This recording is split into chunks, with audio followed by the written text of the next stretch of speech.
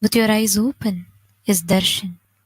Come, let us all now move from meditation to darshan.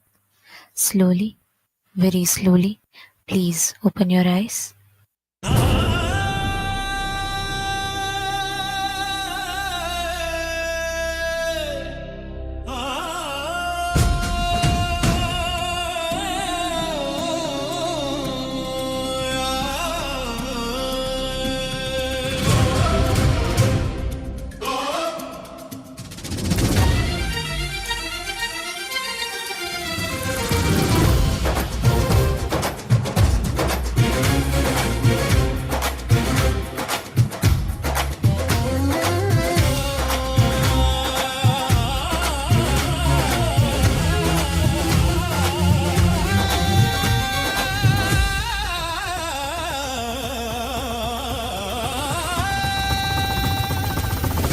ನುಡಿತವನೇ ಕೈಲೈ ಪಡಿತವನೇ ಕರುಮತೆ ಕರಿಪವನೇ ಕರುಣೆಯ ಜೊಲಿಪವನೇ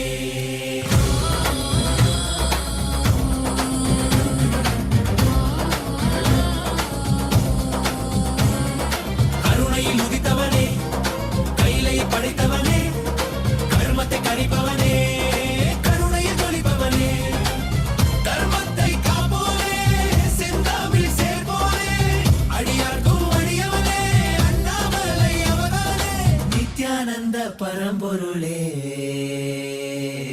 அவதார நாயகனே அவதார நாயகனே அவதார நாயகனே தென்னாடு உடையவனே செந்தமிழ் தலைவனே தென்னாடு உடையவனே செந்தமிழ் தலைவனே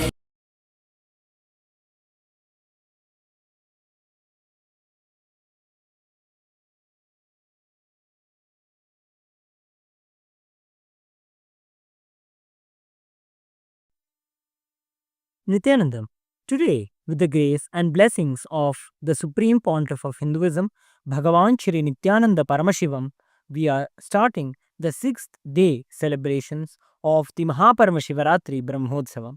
The deities of Paramashiva, Paramashiva Shakti, Ganesha, Subramanya, Chandikeshwara, and the Supreme Pontiff of Hinduism, Bhagavan Shri Nithyananda Paramashivam, are gracing now in Sarvalankara, the grandest decoration in the Utsav Mandapam in KAILASA'S temples around the world.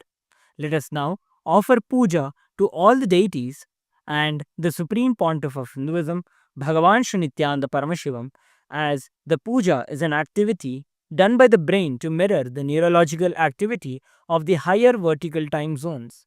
On the 6th day of the Maha Paramashivaratri Brahmotsavam, let us offer our devotion and love to Paramashiva along with the Shatmurtis and to the Supreme Pontiff of Hinduism, Bhagavan Shri Nithyananda Paramashivam.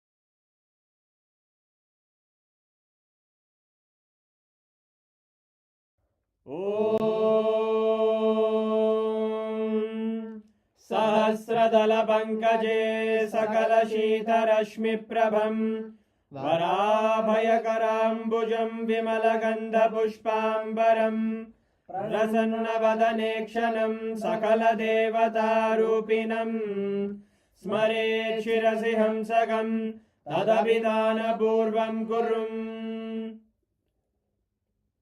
अथ धूपः ॐ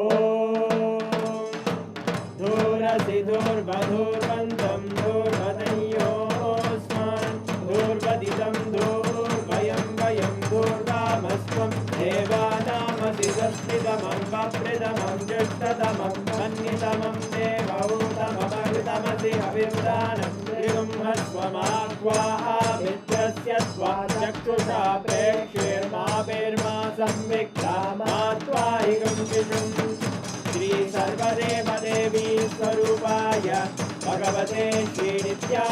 परमशिवाय नमः धूपमाग्रापयामि अथ दीपः ॐ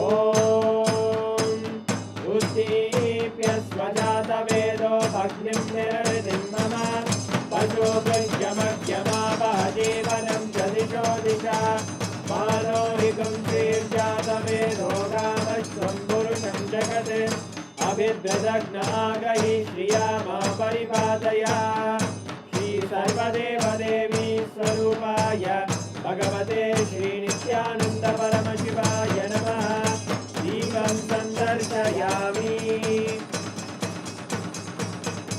अथ नैवेद्यम् ॐ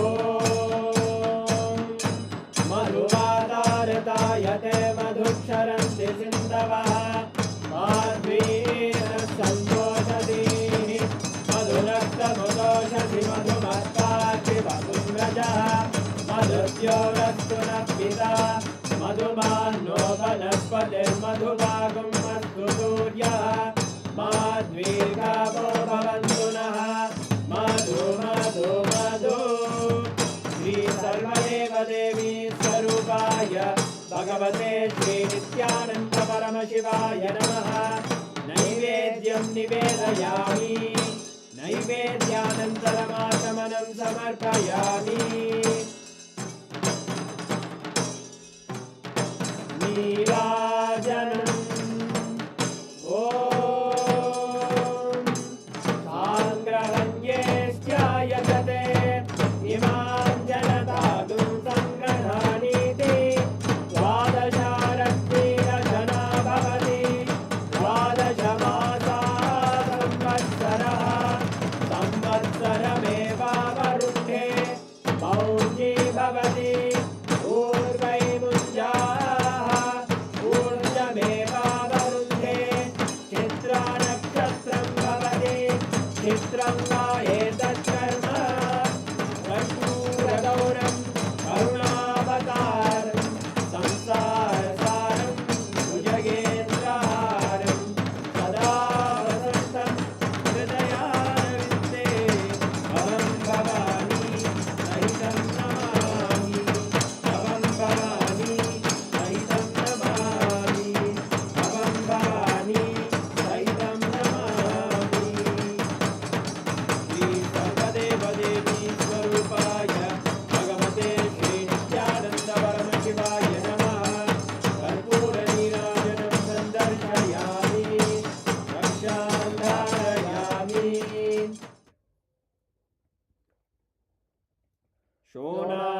शोणाद्रीशावताराय ज्योतिस्तम्भस्वरूपिणे श्रीकैलासप्रधानाय नित्यानन्दाय मङ्गलम् तत्त्वज्ञानप्रदाताय नित्यानन्देश्वररूपिणे श्रीकैलासप्रधानाय नित्यानन्दाय मङ्गलम् मूलप्रकृतिरूपाय परमशिवशक्तिस्वरूपिणे श्रीकैलासप्रधानाय नित्यानन्दाय मङ्गलम् दण्डत्रिशूलहस्ताय कालकालस्वरूपिणे श्रीकैलासप्रधानाय नित्यानन्दाय मङ्गलम् आदिपूज्याय देवाय सकृत्पूर्णत्वरूपिणे श्रीकैलासप्रधानाय नित्यानन्दाय मङ्गलम् सर्वाभयविनाशकाय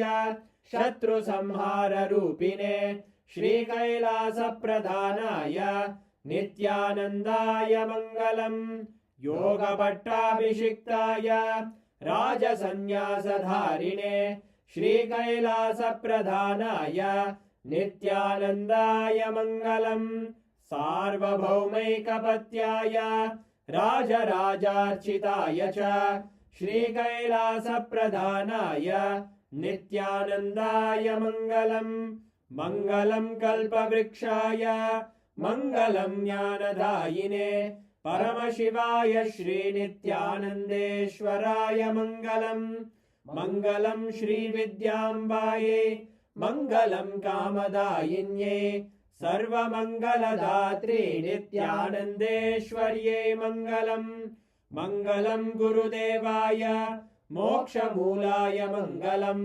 परमावताराय नित्यानन्दाय गुरवे मङ्गलं हरि ओम् तत्सत् सर्वं भगवत् श्री नित्यानन्द परमशिव पादुकार्पणमस्तु ॐ नित्यानन्दम्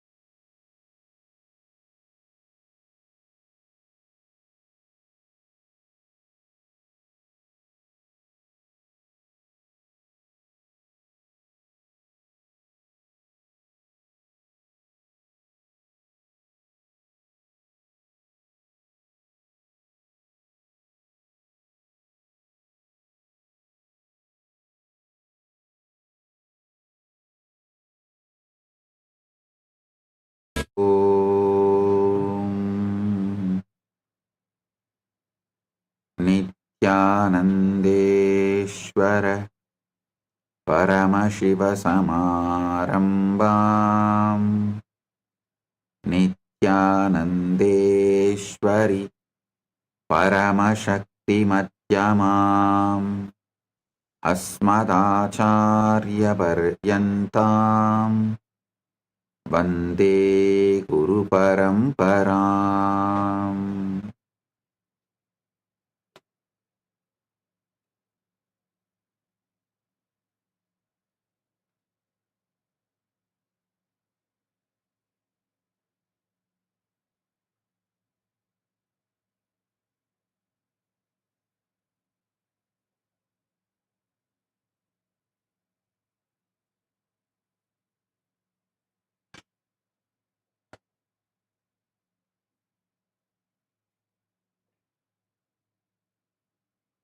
Om, Om, Om. I welcome all of you with my love and blessings.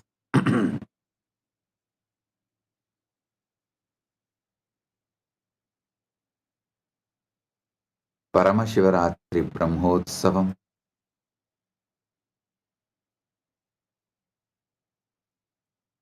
third day, quantum entanglement, quantum enlightenment, Satsang alchemy process. On this auspicious day, I welcome all of you with my love and respects. As the ultimate manifestation of the ultimate Paramashiva,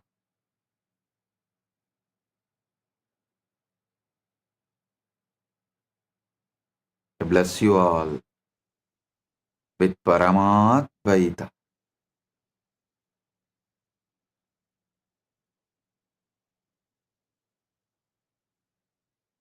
Every time you make the I am statement, it is forming the character you are playing in this world.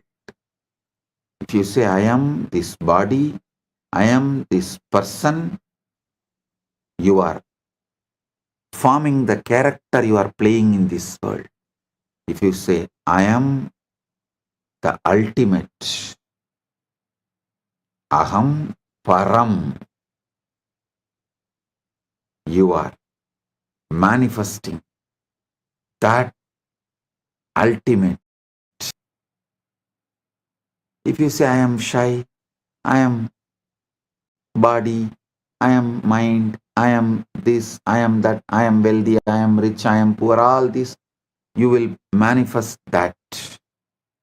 Your choices are your command, and reality obeys that command. Say, I am confident, and though your knees tremble at first and your voice shakes, something within begins to rise. Your posture changes, your words find strength, and others begin to see you as declared, as you declared yourself to be. You are not fixed, you are a fluid shifting, responsive to the words you feed your mind.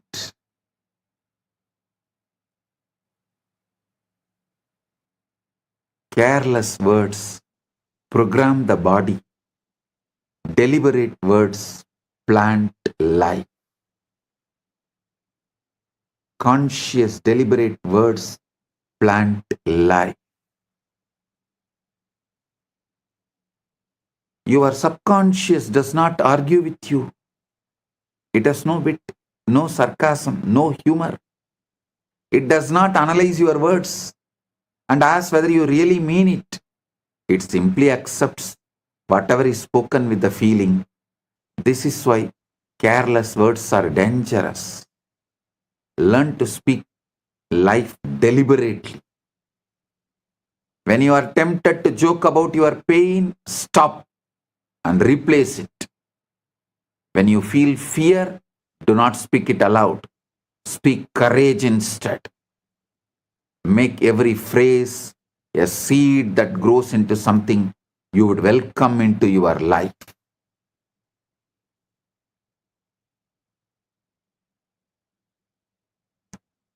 Early morning, when you are fresh,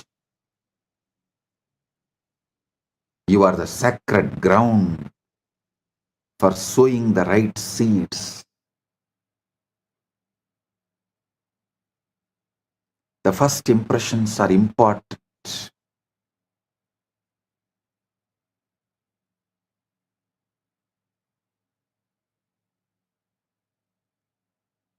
When you wake each morning, before the noise of the world rushes in, you are standing on that sacred ground.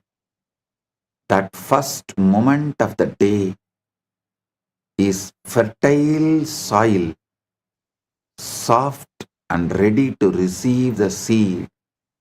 Speak your desires then as if they are already real. Purna. Say, I am at peace. Say, I am successful. Say, I am loved and loving. I am surrounded by good. Do not wait for your circumstances to give you permission. Your circumstances are shaped by your words, not the other way around. When you begin each day by declaring what you wish to see, you set your inner compass throughout the day. That is why I insist on early morning yoga and puja. Because in yoga, you already declare all the right things you need to manifest. In puja, you already declare all the right things you are, so you will naturally manifest the right things. In yoga and puja, you already declare what you are, so naturally the right thing will manifest.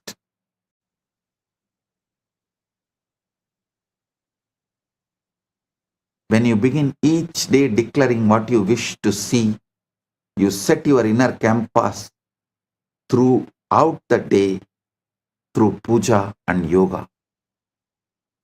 Make this a habit and let your mornings become your sacred, secret place of power, where you repeat your truth until it feels natural, undeniable, and becomes your experience.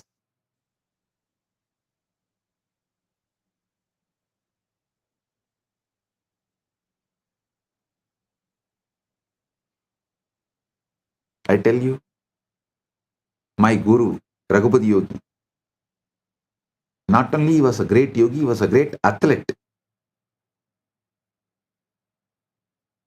that local village competitions will be there during the Pongal and all that. In every competition, you will be the first. Whether it's a long jump, high jump, at the age of 75, he will compete with all the youth of the local. He will compete with the youth of 20s at 75. And he will say, because I rehearse, my body just obeys.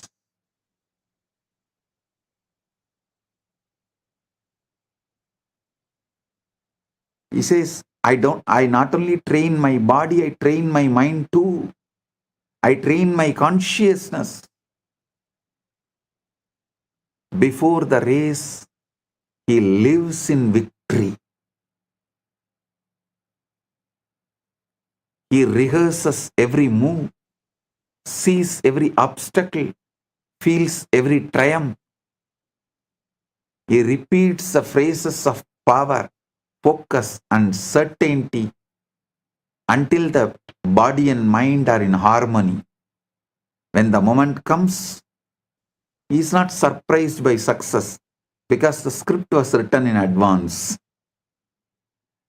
Victory is never born in the ring, it is born in the being, nurtured in repetition, revealed in action. I have seen this happening in front of my eyes.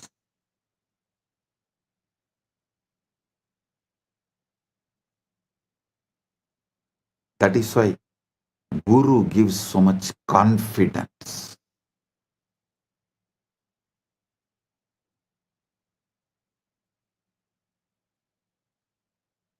Many times people ask me, what if I repeat something that is untrue? Is it not that lying to myself? You should know you are not repeating what is, you are repeating what you choose to bring into your being. What is actually what you repeated earlier. And it is not even truth, it's a photograph of the past. Don't wait for the evidence before you speak. You speak until the evidence arrives. The mind is not a historian recording what happened. It's a creator ready to mold whatever you tell it. So speak boldly. Speak of health when sick, wealth when broke, love when alone. When the mind believes, life aligns that with that belief. Mind is a servant, not a judge. Do not fear mistakes. If you catch yourself speaking negatively, do not condemn yourself and do not fall into guilt or frustration. The mind is not a judge, it's a servant waiting to be directed.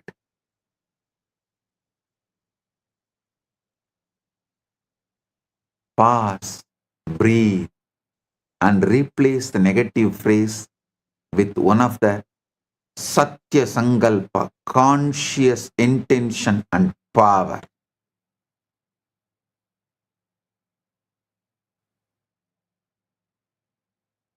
Tell clearly, negativity which came out is not your truth. Your truth is the conscious Sankalpa you create.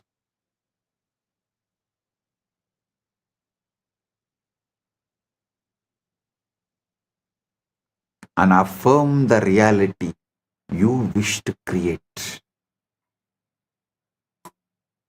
Over time, the conscious deliberate correction becomes a habit and old repetitions fade, drowned out by the stronger declarations. Satya Sankalpa. The strongest voice is not public volume, it is the private persistence you repeat in the heart and mind.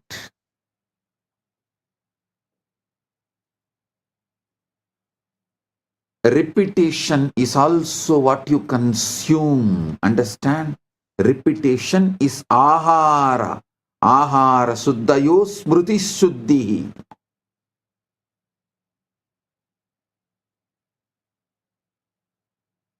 Repetition is the ahara you consume.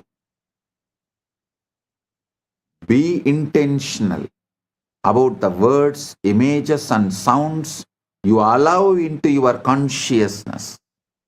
Repetition is not limited to your own voice.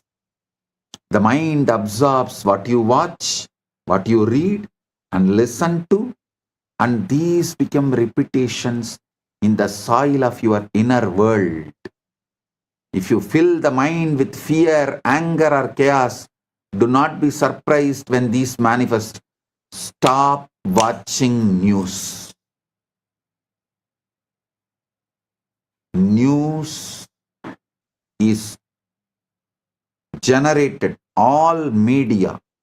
The only aim is to plant, to put the seeds, to sow the seeds of fear, anger, chaos, turmoil, riot, to keep you always in fear. Media works overtime to keep you in turmoil and to make you believe you need a government for peaceful life.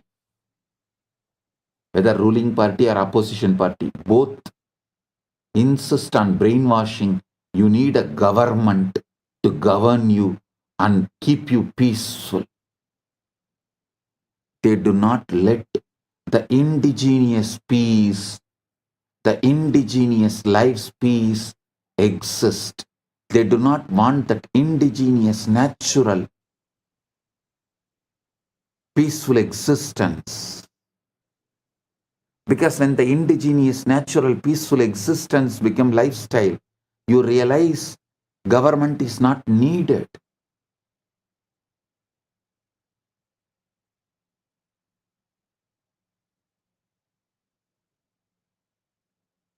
But media will not allow that.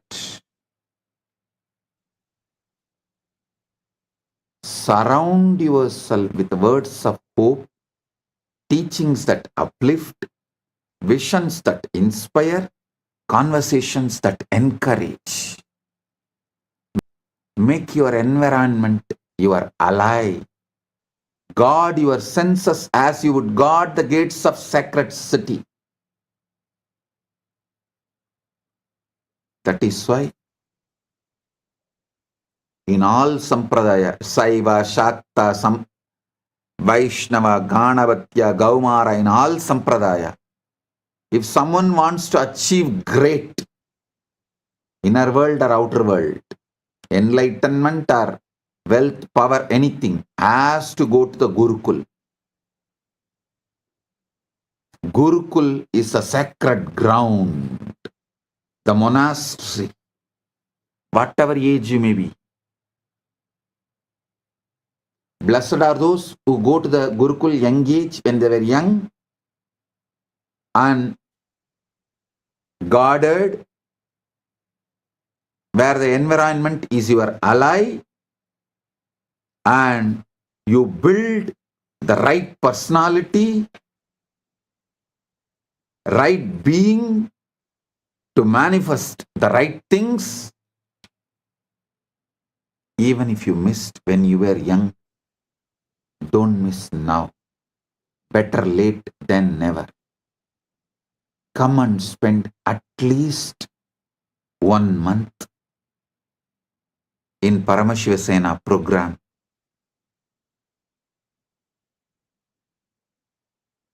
Build the right consciousness, state of being. Paramashiva's direct message from Maha Kailas for all of us. Listen. Live moksha-centric dharma, moksha-centric artha, moksha-centric karma, moksha-centric moksha.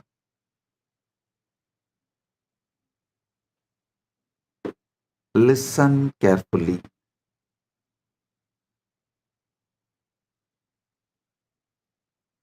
I am teaching you the ultimate truths,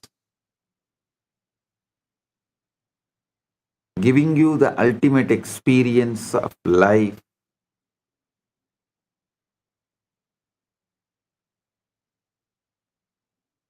This whole Paramashivaratri is teaching you about how to use Ratri, night time, to manifest the ultimate Sheva.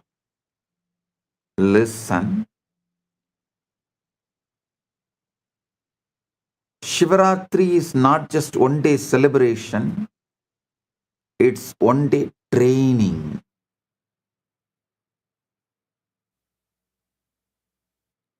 To make every night as Shiva's night.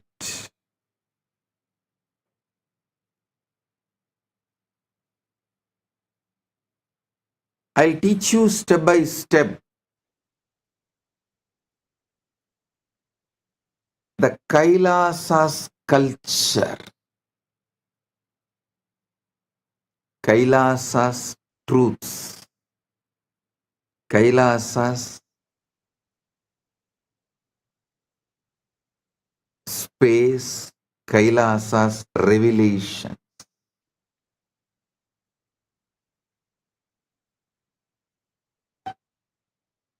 Listen intensely.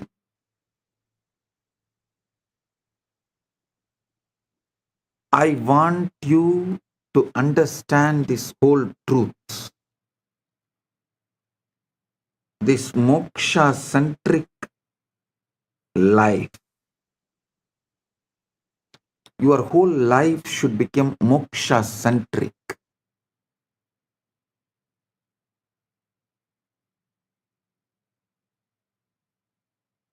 See, your whole day somehow goes in constantly brainwashing you to live this world-centric, focused on this world, materialistic mentality, lifestyle, ideology, philosophy-centered.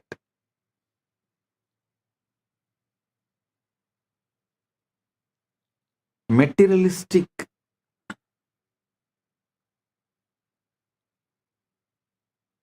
ideology, materialism-centered dharma, artha, kama, moksha, all are fake. Listen.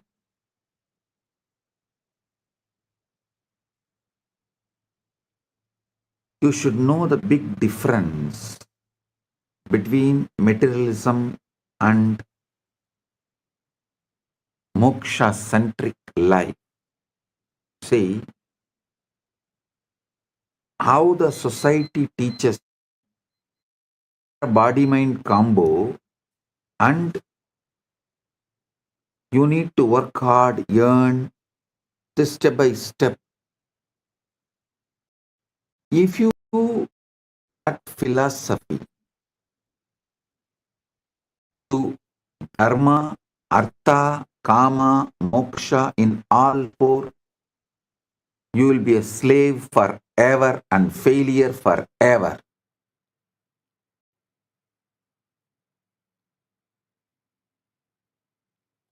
If you shift the whole understanding,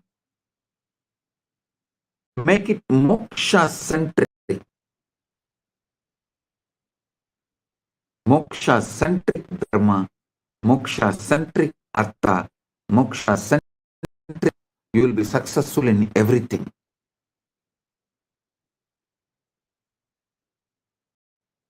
The best time to do this shift is night time.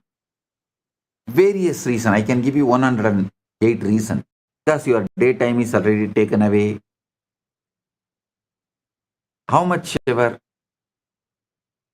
I may tell you, you will not be able to give your daytime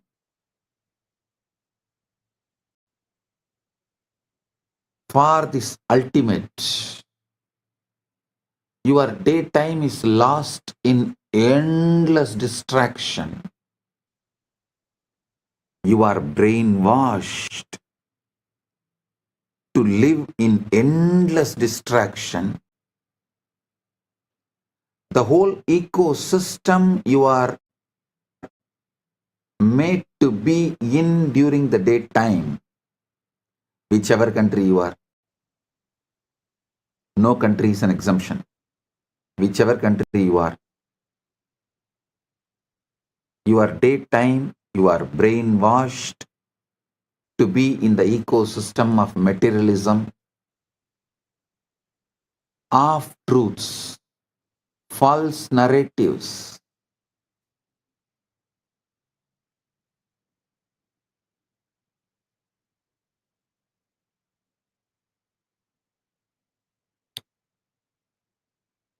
Your whole ecosystem makes you feel your actions and reaction towards your fear will bring you security. The endless distractions are the pleasure. How many fake narratives are peddled and you are brainwashed, and you also start living, believing unquestioned assumptions.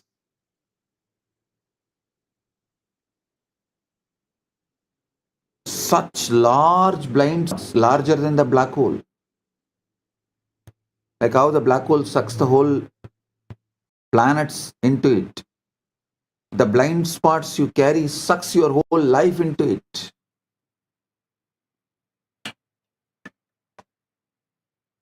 The wrong ideas about the boredom and tiredness.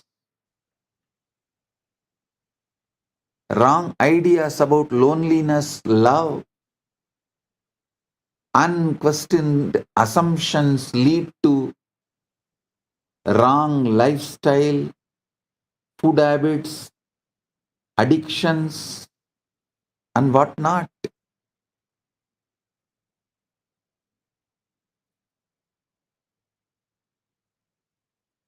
Best practical way is just give your night time to me. I will shift your whole energy and give you enlightenment. It's my commitment. This whole Shivaratri is all about awakening you how to use the night to manifest oneness with Shiva.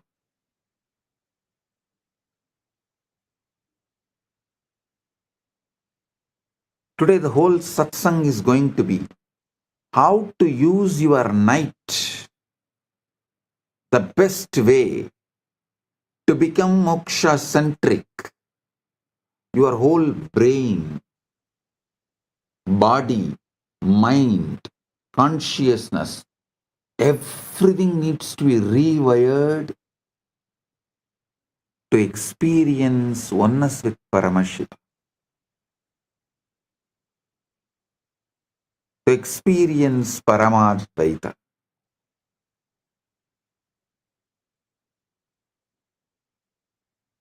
So I'll reveal these truths one by one. Listen intensely. Pradiratram mahatkum karma vishwasya kurvasi najanasi swayam tasya rahasyam paramatputam.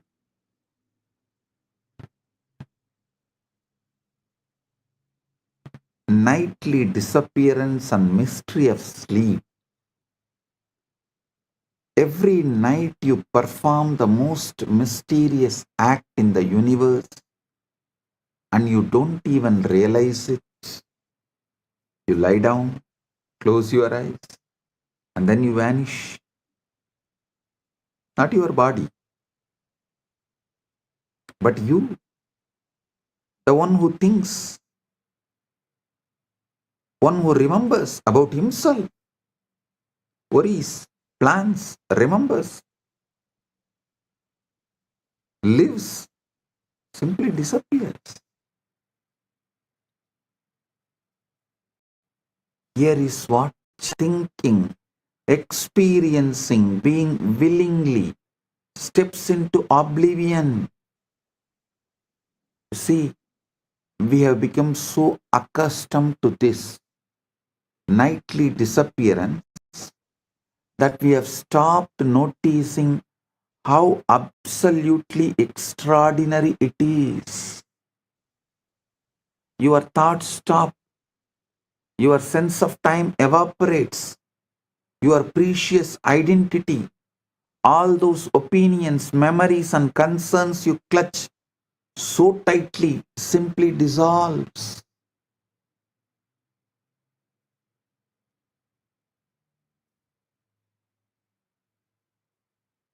Abhyasena hi lohoyam आश्चर्यं विस्मरत्यलं न विचारो न कालोत्र न अहंकार प्रपंचना स्मृत्यः कल्पनाश्चैव सर्वं तत्र विलीयते तथापि किंचिदस्त्यत्वय. Describing what happens to your night.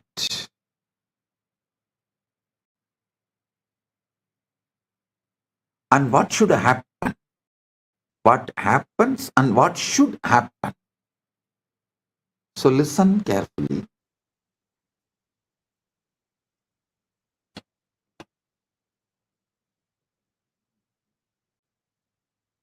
Your precious identity, all those opinions, memories, and concerns you clutch so tightly, simply dissolves. Yet somehow, mysteriously, something continues, something that is not quite you, but is not quite not you either.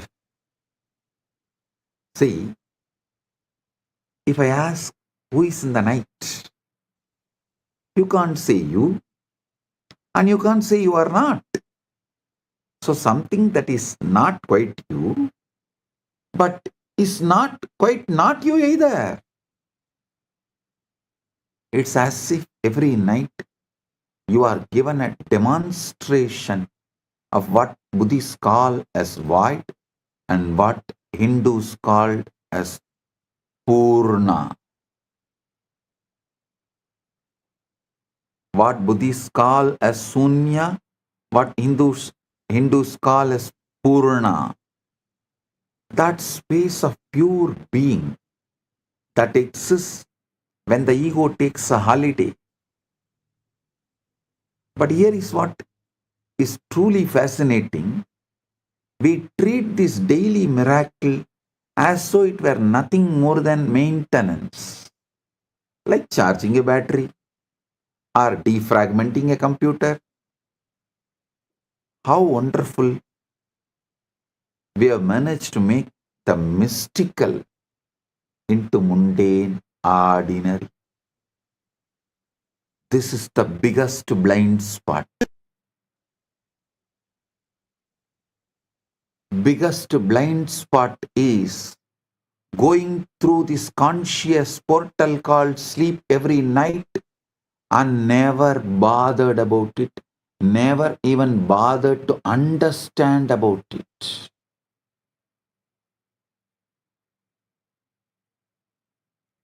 Ratri Suktam. In Veda we have a chapter called Ratri Suktam. This whole today's satsang is the Bhashya and Ratri Suktam. That's the truth. I'm giving you the Bhashya and Ratri Suktam, revealing you the deeper secrets.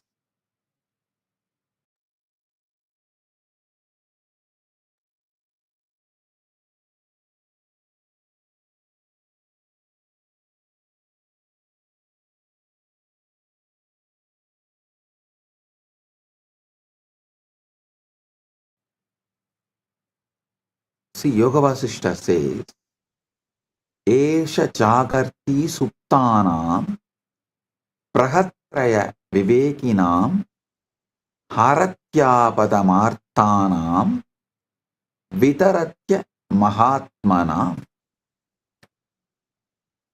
This self remains awake among those who are asleep. It strikes the undiscerning, removes calamity from the distressed, and bestows grace upon those who are not great-souled. Means even for ordinary people.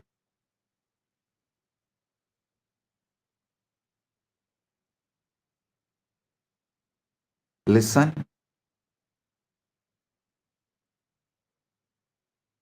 Adetat antaram pashya vismarana vilakshanam nitrayam patite dehe kim nama lupyate kilam na nama nachakar masti na sambandho nachakramaha yenatma परिचीयेत तत्सर्वं नोपलप्यते न चिंता न स्मृतिर् नास्ति न मतं नाभिरुष्यपि न चिंता न स्मृतिर् नास्ति न मतं नाभिरुष्यपि य पुमान् दिवसे एषः स रात्रौ न प्रवर्तते सर्वस्मृति विनाशोऽयं पूर्णो विस्मरणात्मकः न तत्र मरणबुद्धिः न शोकः न विलापनं कस्मात् तत्र न शोकः स्यात् नासितो य शुचिर्भवेत् योचिता सोचिता स्वयमेवात्र निद्रयालयमागतः अहो विरोधमाधुर्यं नित्यं दर्शयसि स्वयं स्वभावेन विना जीवः सुखमेव प्रवर्तते. Listen. What vanishes and the paradox of existing without identity. Now let's examine this disappearing act more closely. What exactly vanishes when you fall asleep? Your name does not matter anymore. Your job, your relationships, your endless to-do list gone. Your endless distractions are gone. All those things you think define you. Your wealth, your identity, your relationships, your job, your bank balance simply are not there. The person who was worried about tomorrow's meeting, who remembered yesterday's conversation, who has opinions about politics and preferences about coffee, about the food, entire construction just stops.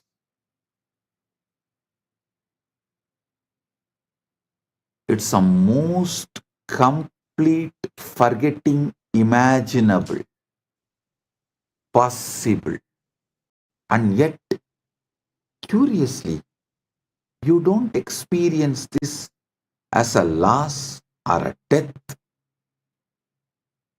There's no sense of tragedy in deep sleep, no mourning for the vanished self. Why? because the one who could mourn has also disappeared.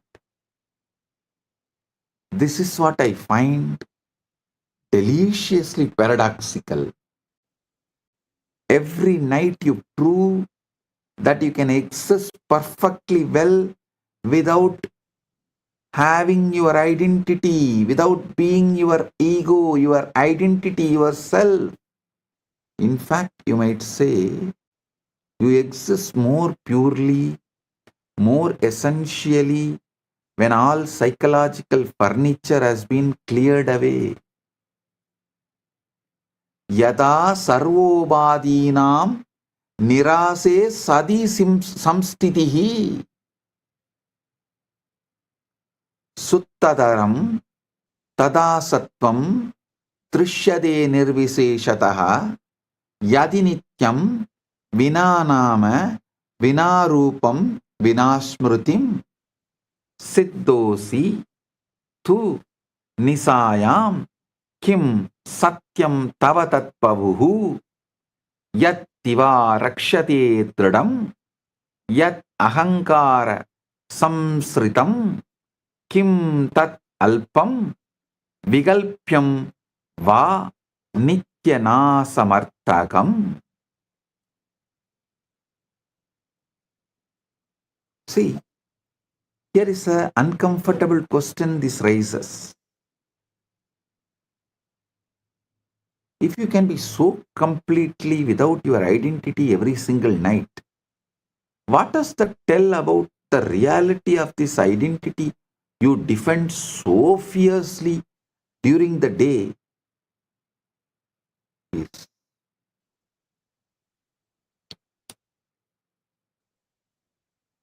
less than just dust, less than just ash. Could it be what you think you are is far more optional than you have been led to believe by the society? The brainwashing, conditioning of the society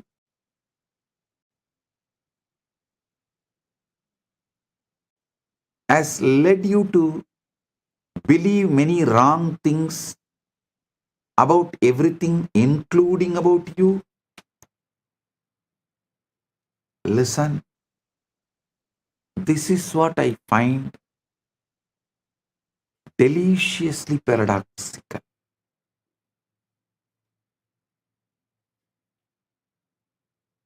Every night you prove you can exist perfectly without being yourself.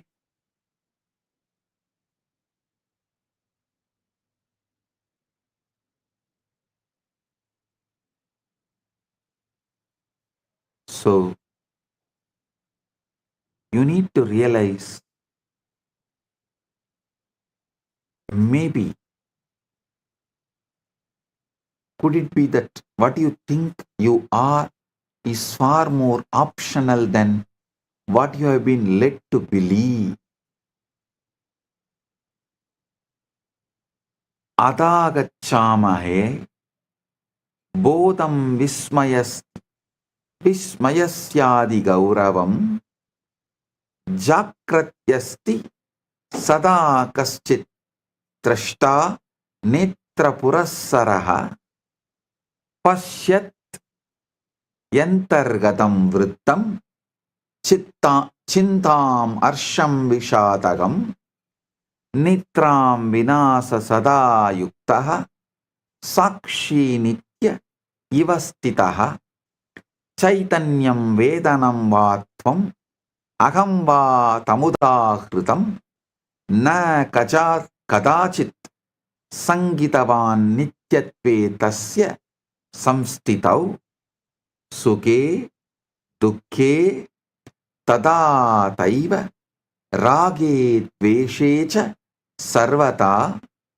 eka eva stito drashta parivartanavarjitaha tato nitra samayada sakshi tatra na drishyate na murchito na nashtosau napi kvachita vastitaha abhavoyam navatvaya bhava bhava vivarjitaha drashta evahi drashtrutve layama patyate dhruvam.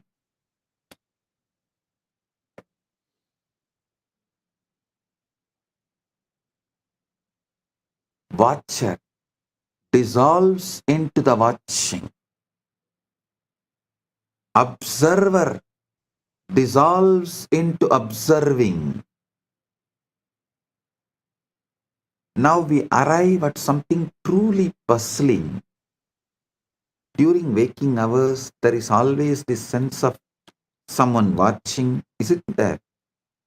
An observer behind your eyes, a witness to your thoughts, a constant companion who never seems to sleep. You might call it consciousness, awareness, or observer, or simply you, I. This watcher is so persistent, so reliable, that you have probably never questioned its permanence. It is there when you are happy, it is there when you are sad, it is there when you are bored, it is there when you are excited. The one constant in ever-changing experience. But then sleep arrives, and this eternal observer, this supposedly permanent witness, simply is not there.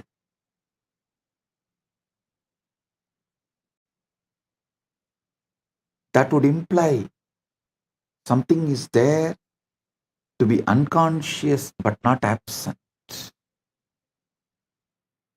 That would suggest a place from which it is missing.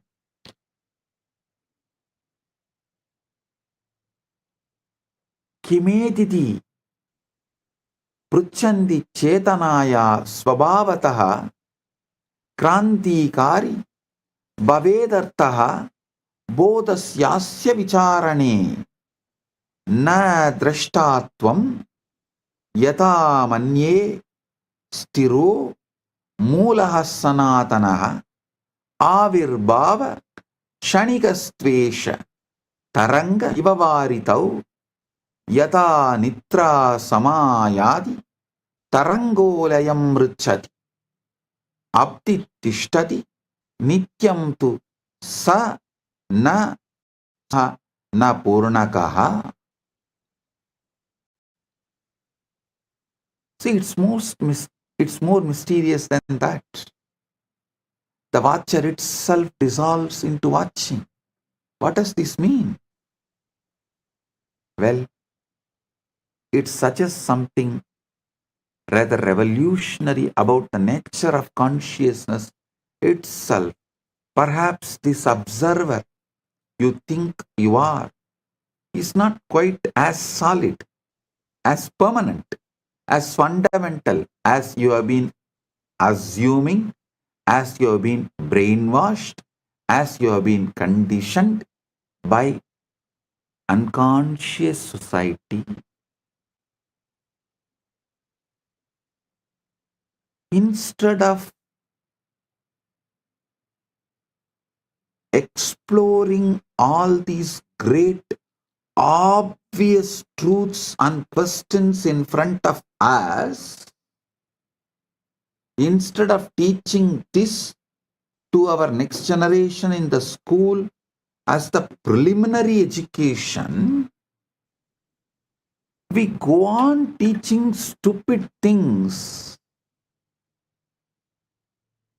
especially things which is never going to be useful in our day-to-day life, which has no meaning or relevance for our living.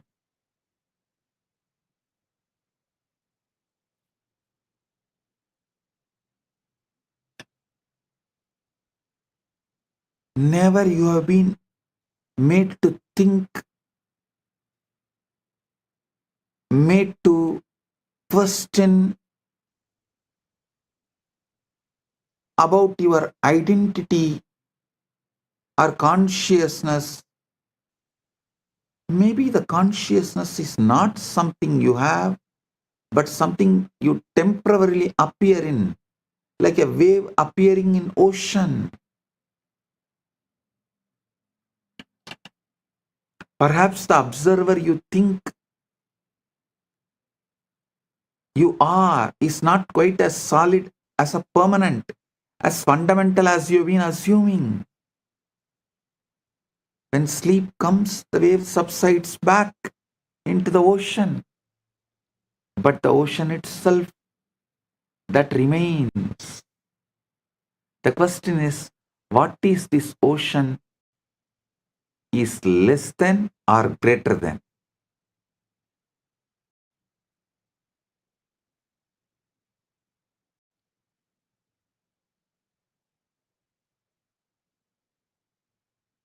Actually, this whole thing, today's satsang is commentary, Bhashya on Ratri Sukta, deeper revelations from Ratri Sukta.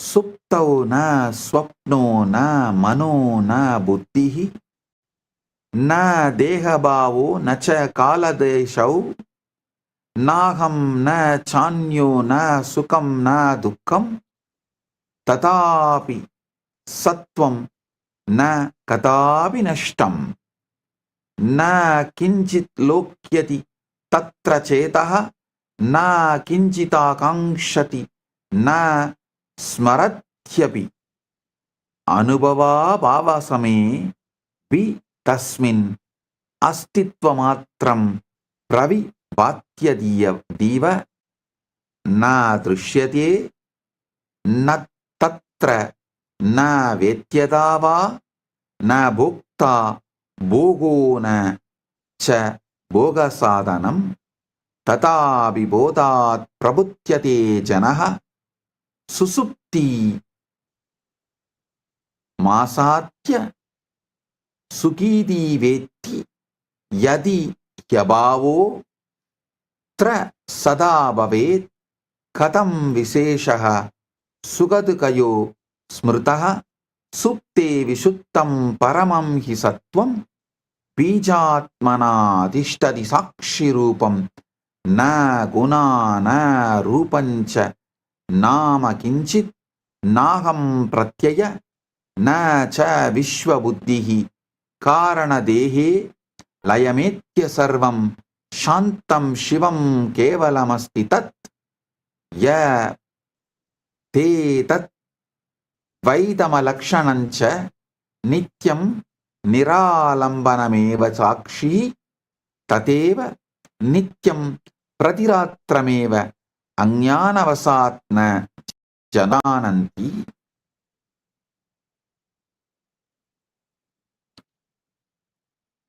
Listen, it gets even more mysterious, because sometimes in the state where you have supposedly vanished, the most extraordinary theatre production begins.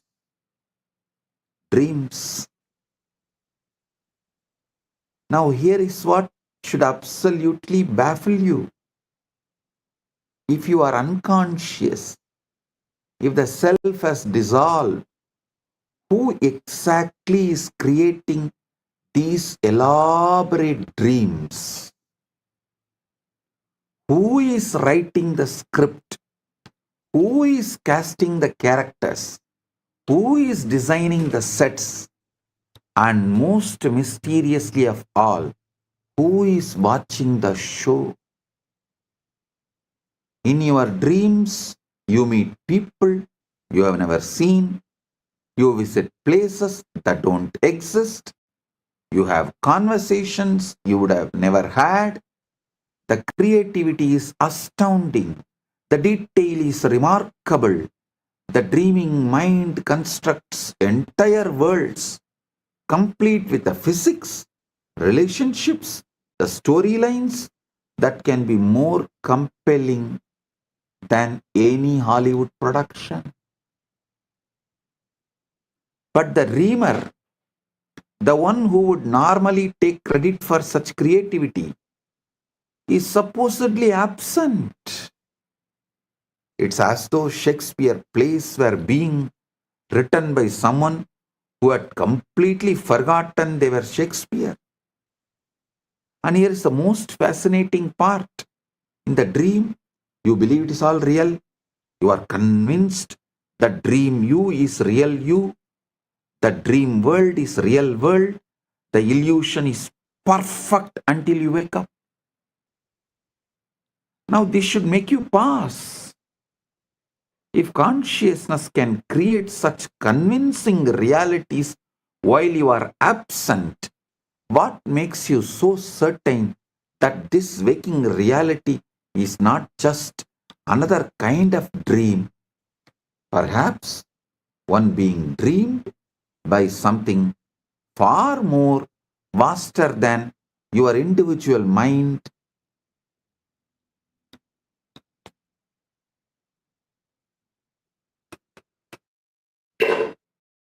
It is dreamed by something far more vast than your individual mind.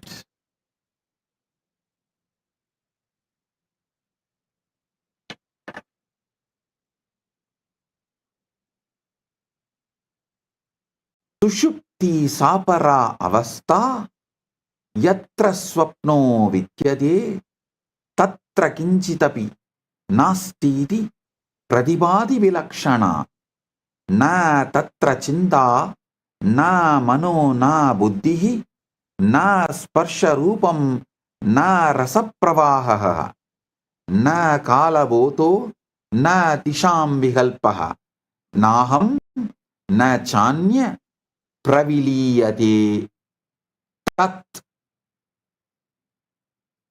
tatapi kinchit pariseshameva na sunyata sa na sa bhavanasa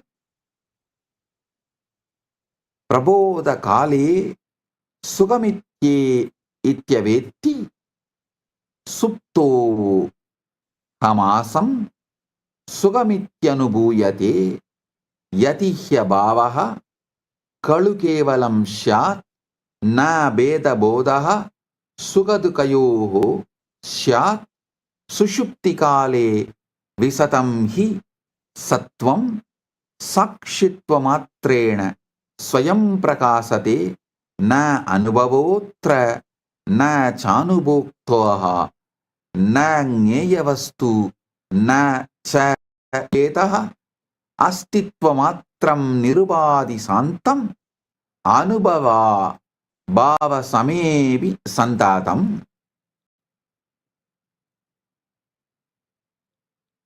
नाट्योपमाने विवेचनीयं न दृश्यते किंचन तत्र किंचित् तथापि सत्ता न विनश्यते हि प्रपञ्चलीला लयमेव याति कारण सप्तेन मुनिपृक्ता अवस्था सा बीजरूपा हि नित्या न गुणा न धर्मा न च नाम रूपम नाहम प्रत्ययो न विकल्पलेशः यदेततात्मा स्वयमेव सुप्तः न कर्तृ भोक्यादि विभागयुक्तः न एव शान्तः परिपूर्ण एषः प्रत्येकमात्र प्रतिरात्रमेव यतन्विशन्ति तपसा च योगैः ध्यानैः समाधौ सा चिरं मनीषिणः तथैव सर्वे सुषुप्तिकाले स्वभावतो यान्ति न जानन्त्येव. Listen. Let's venture into the most mysterious territory of all, which you should have been taught by 5 to venture.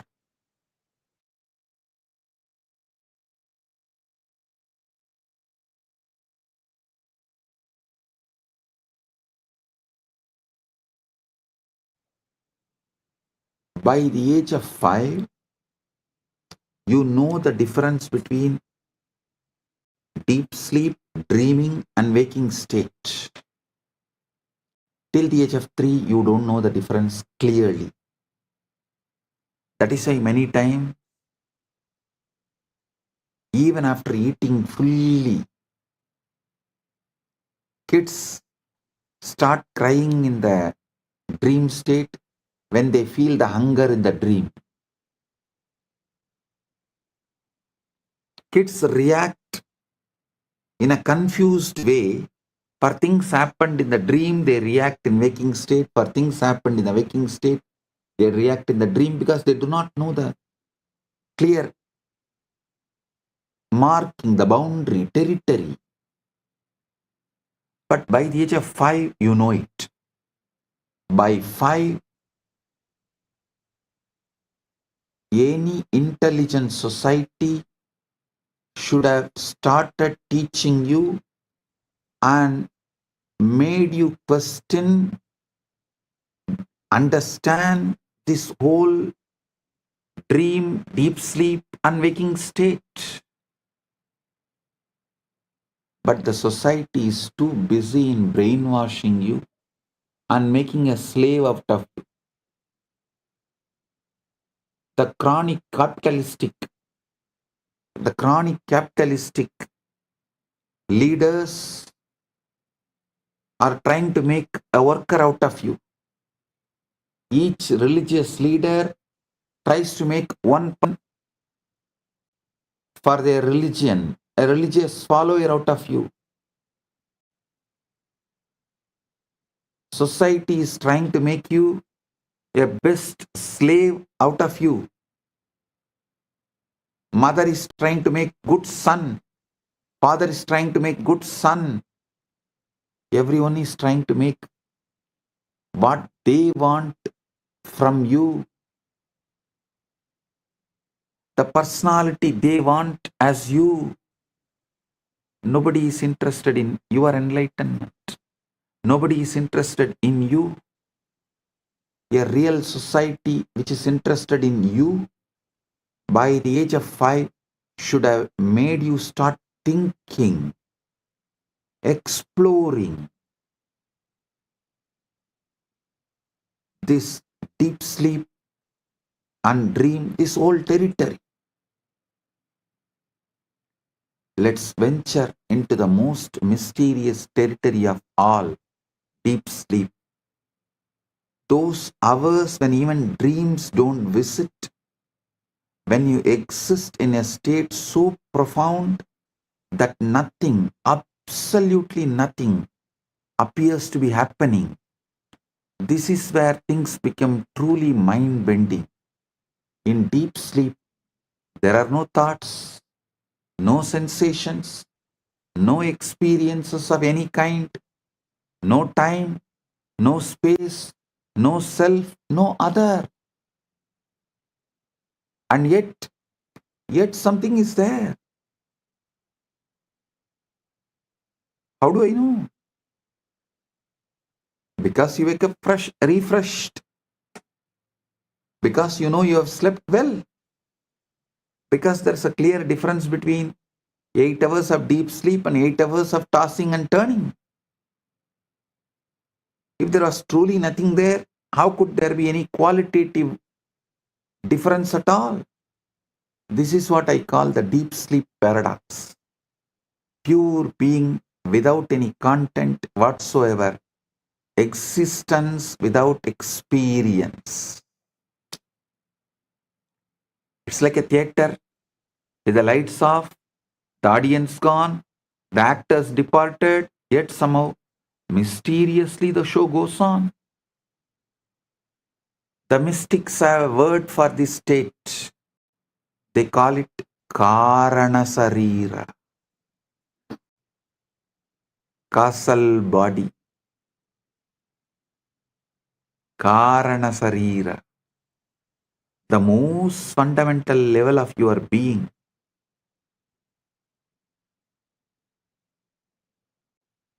It is you without any qualities, you without any attributes, You without even the sense of being you.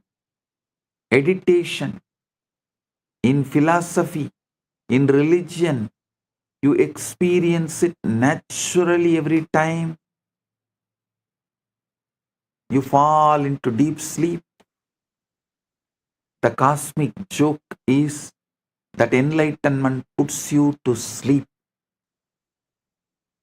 Your existence aware of itself without needing to think about it. What is shocking is that you visit this state of perfect peace, perfect wholeness, perfect being every single night, the very thing you are searching for in.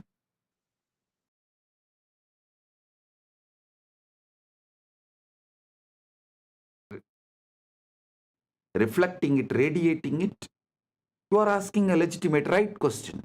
Now I'll answer you.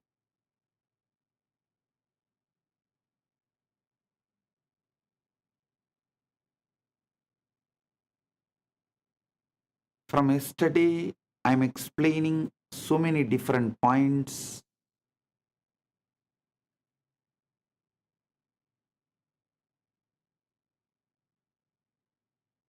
answering this one question. If you are Paramashiva, why your reality is not reflecting it, and how to make your reality reflect, radiate your Paramashiva. Listen. When you assume it is done, when your original assumption, original identity about you, if it is done, means Paramashiva, your ultimate Param Aham, Aham Brahmasmi,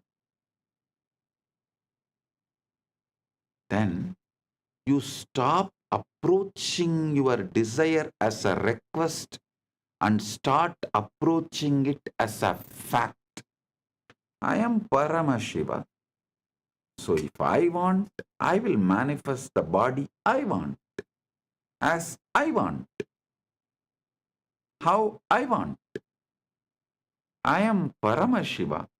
So if I want wealth, I'll manifest it as I want. I am Paramashiva. If I want relationships and to be loved or love, to shower love or to be loved, I will manifest as I want.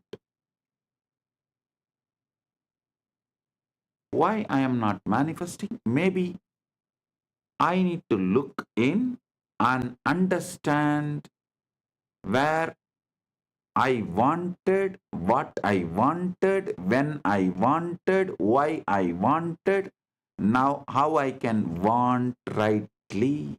That's all. It is not about pretending or forcing yourself to believe through sheer willpower. No.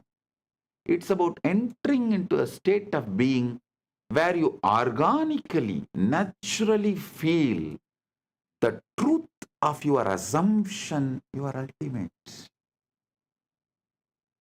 How can you be anything else? Hey, Paramashiva is not cheap to produce, create something less than him. An artist is ultimate only if he produces the ultimate which he carries externally. Paramashiva is the greatest artist. He does not have tiredness, boredom. He doesn't feel, oh, this one masterpiece art I created. So, second, let me take it easy and do something low grade. No. Everything he produced, created, manifested is he. Whether you or me, everything you see, he manifests as he.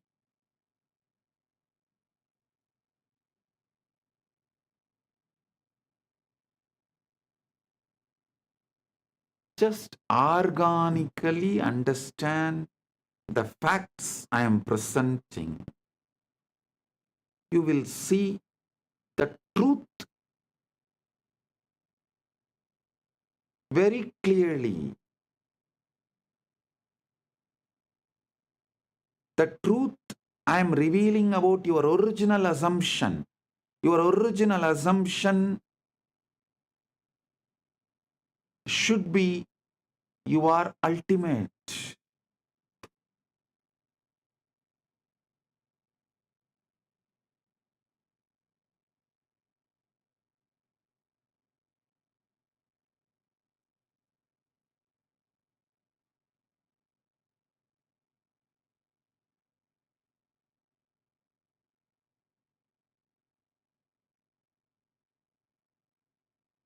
You do this by asking yourself, if I already had it, how would I think? How would I walk? How would I speak to others? How would I treat myself? Listen. Listen to bring the right ultimate assumption. I should say, even the word ultimate looks little remote. So I will use the word right assumption right now. Right original assumption you need to carry is, yes, I am already Paramashiva. I am Paramashiva. All I want, I have. The wealth, health, relationships, bliss, inner knowledge, powers, everything I have.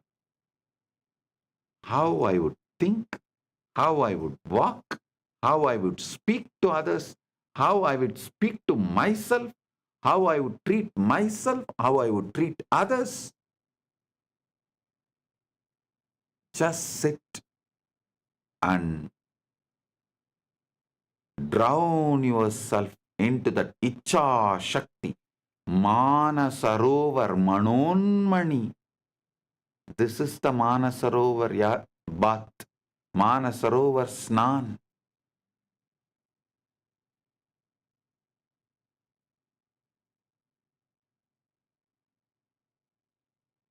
Do this.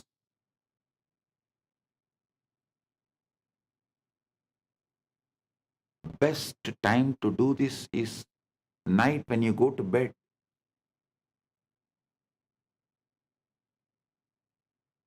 You are entering into your Karana Sarira. The word Karana Sarira, listen. The West calls your sleeping state as unconscious or subconscious, dream as subconscious and deep sleep as unconscious. No. In the East, we call it beautiful word.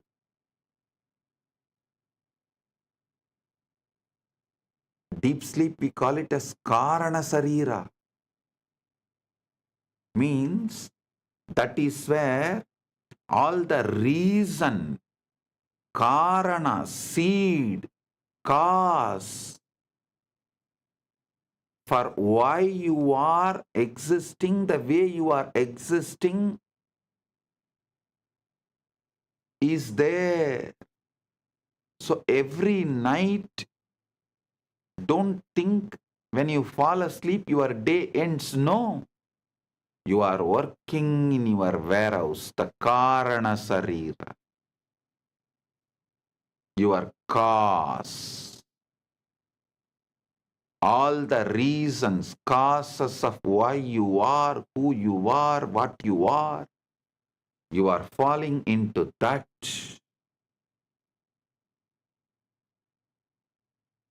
Every day when you fall asleep, your shop closes, you enter into the warehouse. Production unit. I think production unit is the better word than the warehouse. Your daytime is marketing, shop. Your nighttime is production unit. The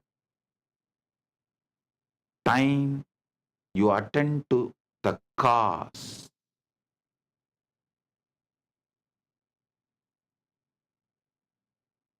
Every night when you enter into that Karana Sarira, that is why I insist all my disciples study little Sanskrit. Because if you know little Sanskrit, you know every night you are falling asleep into Karana Sarira. Even if you know these facts, that one day you will think, what? Why is it called Karana Sarira?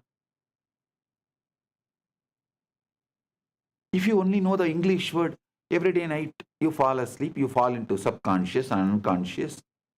You will think, why am I wasting time there? What's the use of it? Then you suffer with the sleep apnea.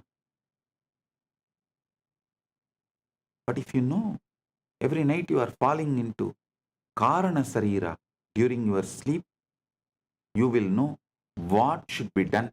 Then it will become the real productive hour of your life. The real productive hours of your life is your Karana Sarira sleep time. All great people who achieved all great things which humanity is celebrating used their Karana Sarira, their time with Karana Sarira, with a clear purpose and conscious involvement.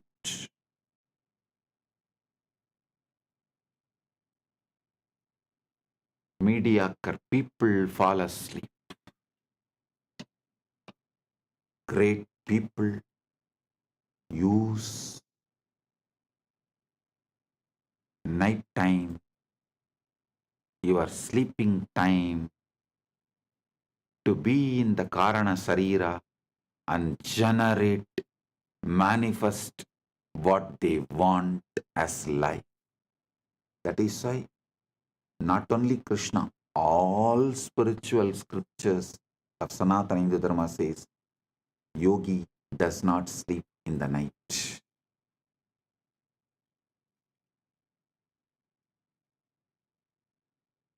Every night when you fall asleep, ask yourself, if I already have it, if I already had it, if I am Paramashiva, how would I think? How would I walk? How would I speak? How would I speak to myself and how would I speak to others? How would I treat myself and how would I treat others?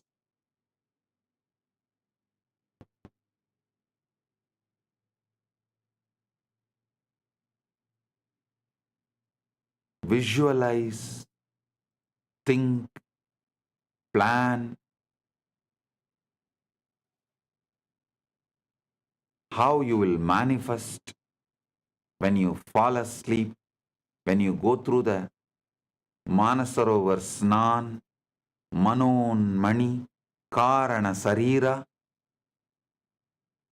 When you wake up, manifest it, live it, stand tall as Kailasa. Kailasa is your waking state. Manasarovar is your deep sleep.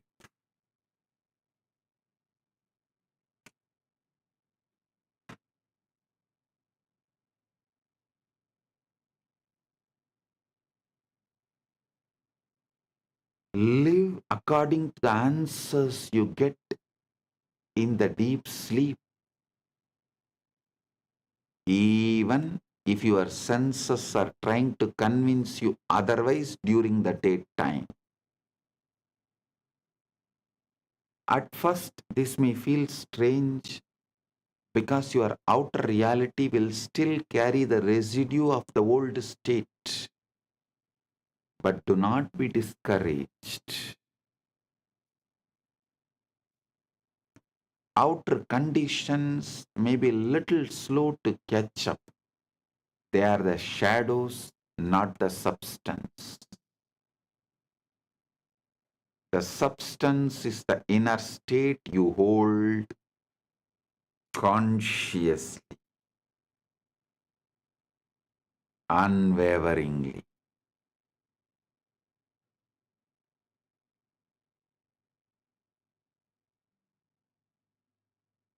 Your mind is the director. The world is the stage. The moment you accept the role of Paramashiva inwardly, the scene begins to change outwardly. Hey, listen.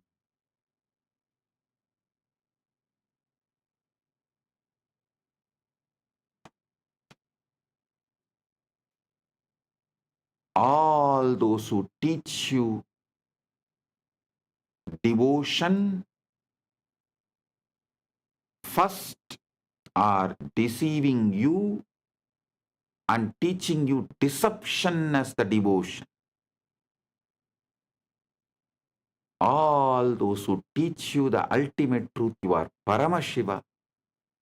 And when you start living, you develop so much gratitude for that consciousness, that awareness, which is just manifesting anything as you want. And you fall in love with your own consciousness. That is devotion. Swabhakti, Guru Bhakti, Atma Bhakti, Atma Murti Bhakti is all one and the same.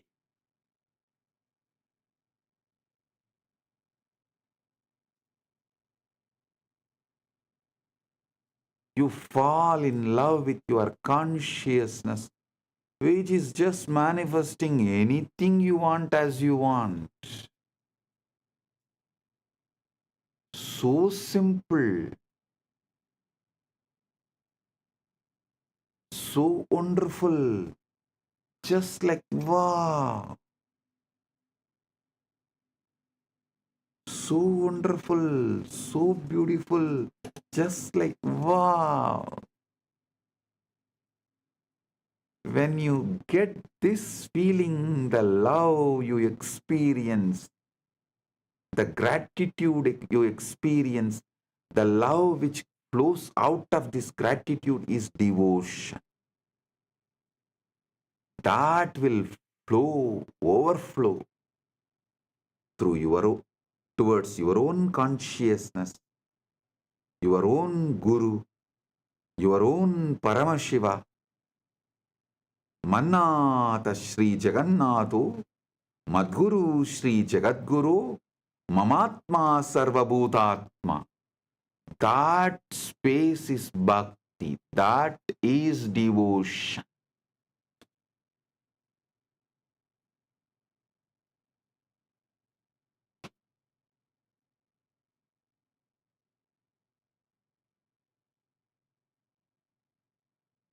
Do not wait for the circumstances to give you permission to feel successful, happy, loved, or abundant.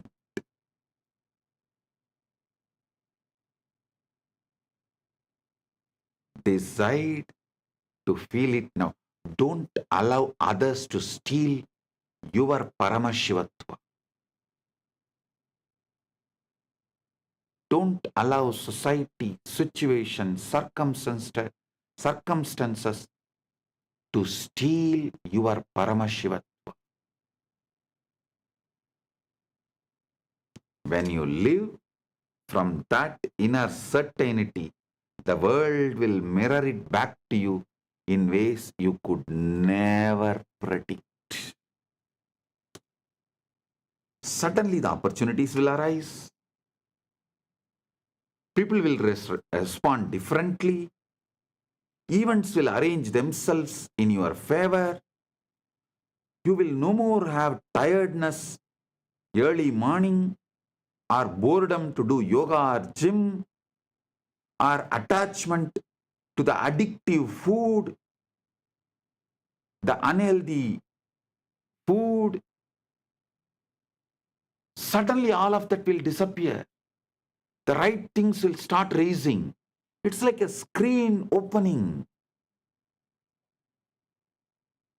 Not because you forced them, but because you aligned with original right version of you who already lives in that reality. Listen, there are parallel universes. In one universe, you are living as Paramashiva. In one universe, you are living as a human. In one universe, you are living in hell as a devil. Which one you give more and more power, emotion, attention, energy, and empower, that will get strengthened and manifest as your reality. I will reveal about the parallel universes. That is not lokas. Be very clear. Lokas are different from parallel universes. Vertical time zone is different. Lokas are different. Parallel universes are different. All the three meets, crisscrosses. The junction for all three is Buloka. You see, parallel, see, like the vertical time zones are airport network, the flight network. Multiple lokas is like a train network. The parallel universes are like a bus network, road network. All three meets on planet Earth. Planet Earth has a bus station, railway station, airport, all three. But all three are different networks. I'll reveal more details about these parallel universes. Yeah, I am telling you.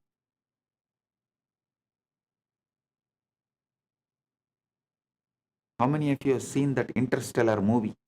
How that guy comes back and tells the daughter, don't allow me to go, don't allow me to go, somehow stop me. Same way I am telling you. Don't assume you are a body-mind combo. Don't assume you are a body-mind combo. You are Paramashiva.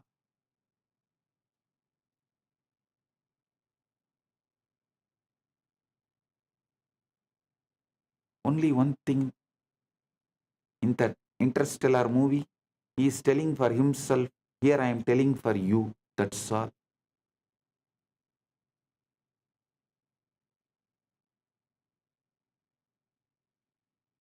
Actually, right now, one version of you is living as Paramashiva in Maha Kailasa. Just give attention to it, you will manifest it. That's all.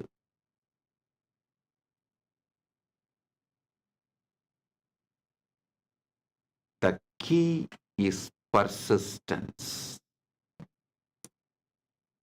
Persistence.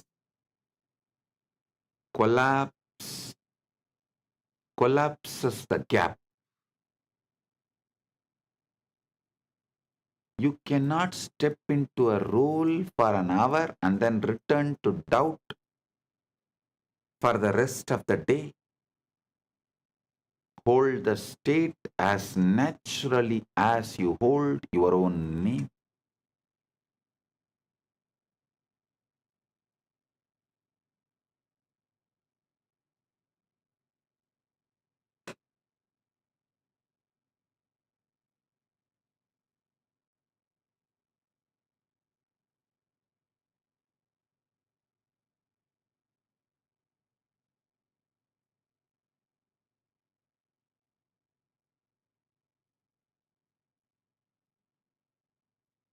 Hold the state as naturally as you hold your own name.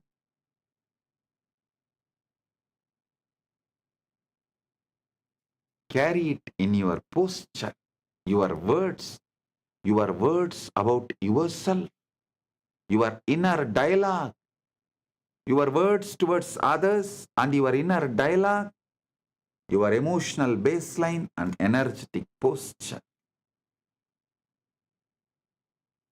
Carry it. If you fall into the old patterns, gently return to this energetic posture of you are Paramashiva. Your wishes are already fulfilled.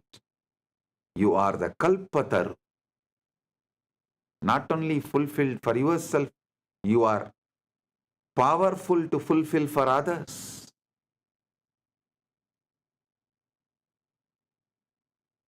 When you assume as if it is done, you collapse the gap between the desire and experience. You just manifest your experience, your existence in Maha Kailasa's Paramashiva.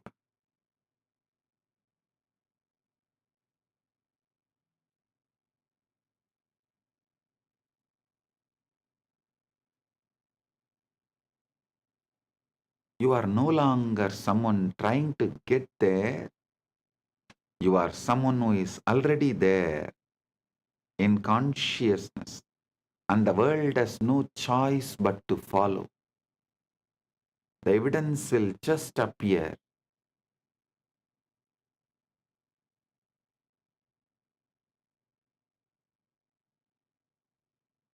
It may take little time, but it will appear only after you stop looking for evidences and decided to live it.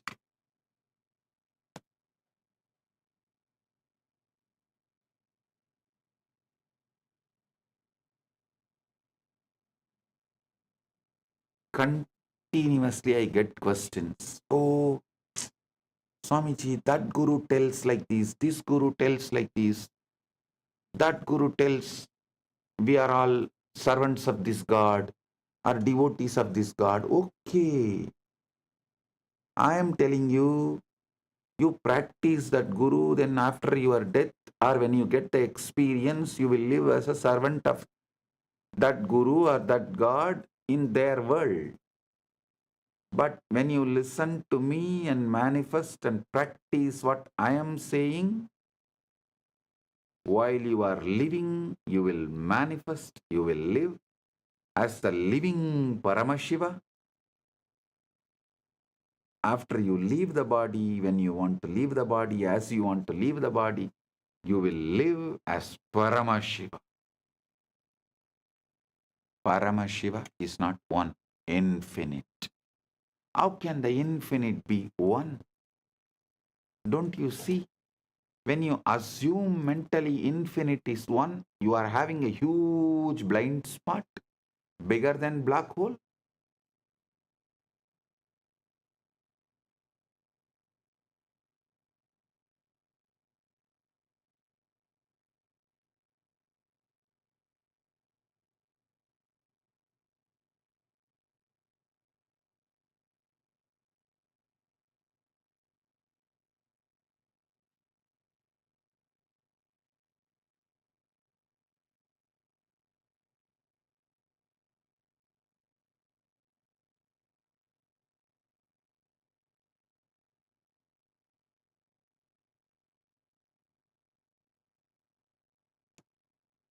There will always be voices, some from others, some from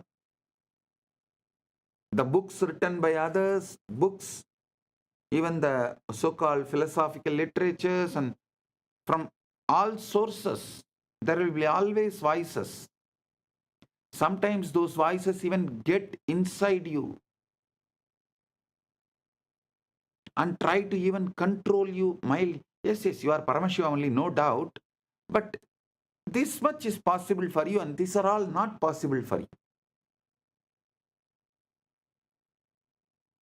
And your mind will even try to tease, oh, if you think you are a Paramashiva, you already achieved Paramashiva, why don't you just grow 25 heads overnight?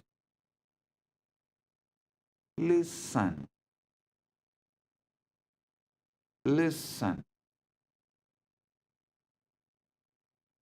Don't ever think it is not possible. Don't ever think it has some complications.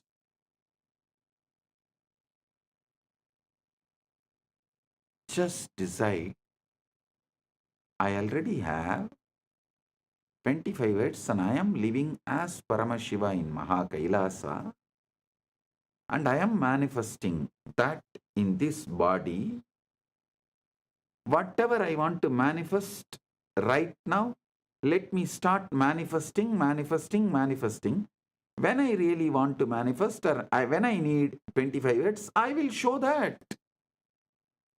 I will manifest that. Do not be cowed down or convinced about any impossibility.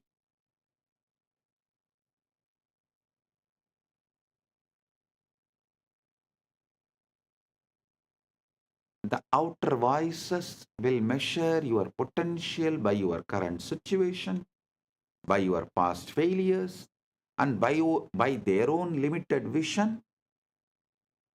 Sometimes this outer gets into even your inner dialogue and emotional baseline.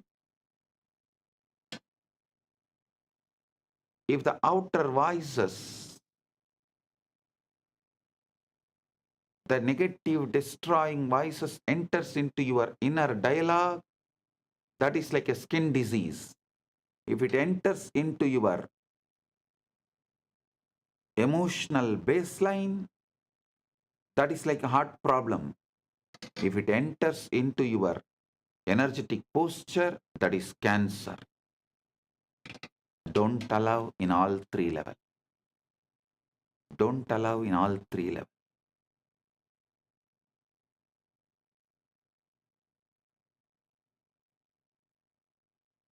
If you allow these voices to dictate your thinking, you will find yourself trapped in the same reality they believe in. The truth is, those outer opinions and visible circumstances are powerless unless you give them the power through your attention and acceptance and letting them inside your inner dialogue and emotional baseline and energetic posture. See, a thief, a robber, a murderer can come and kill you only if you allow him to inside your house.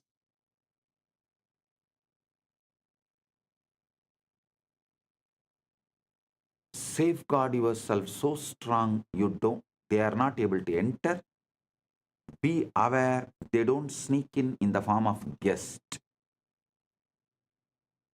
Neither knowingly nor unknowingly they should be able to enter. Neither you should allow them knowingly nor you should allow them unknowingly. Only when you allow them, they have power. As long as they are outside your house, they don't have power. Outer voices often comes disguised as a common sense, practical advice, just being realistic, good old aunties and uncles. But what it is really doing is binding you to the known and the visible, keeping you from stepping into the unseen where your desire is already alive, saying a simple no to this whole society and saying no to this whole outer voices is sannyasa.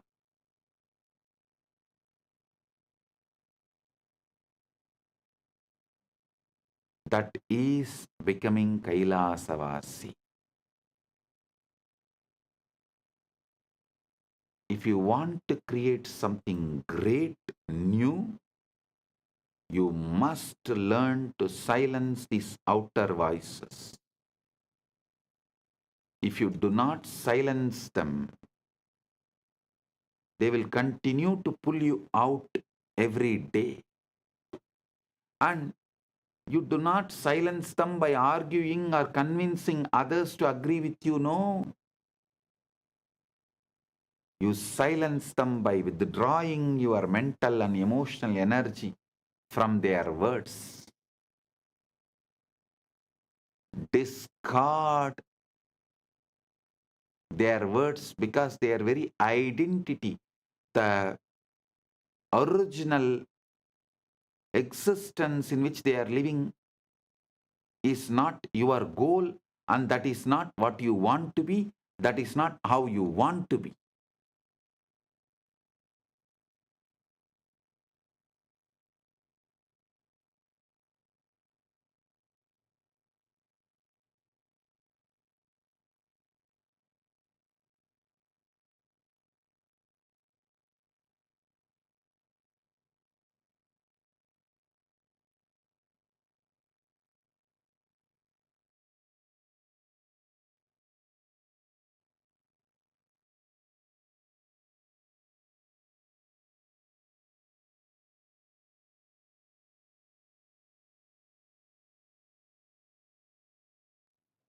You do not need,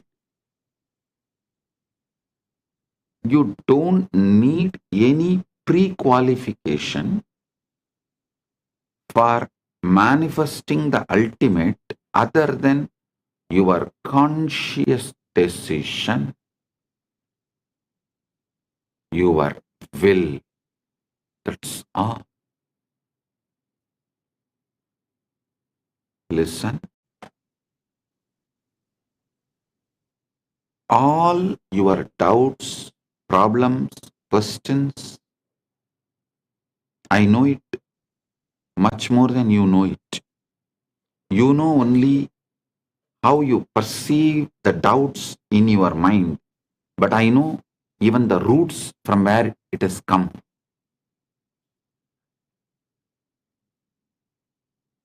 First of all, you should all realize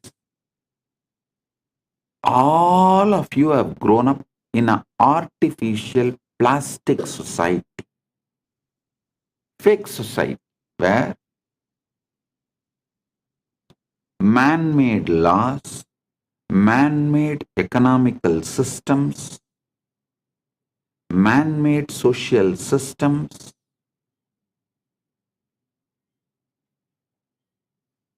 with large blind spots and exploitative motive,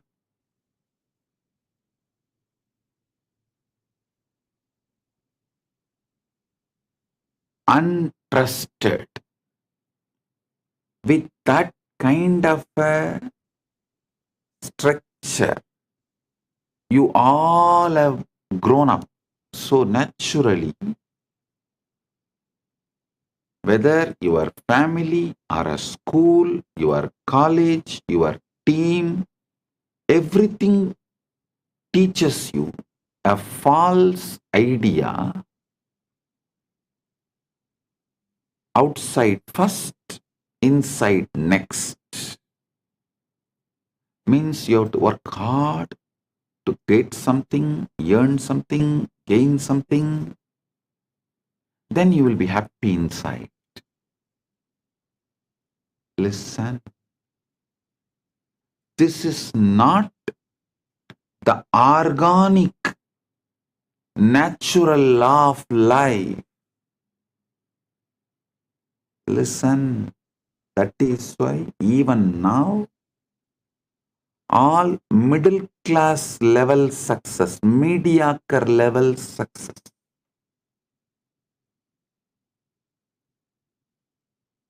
maybe few houses, few cars, little money in the bank,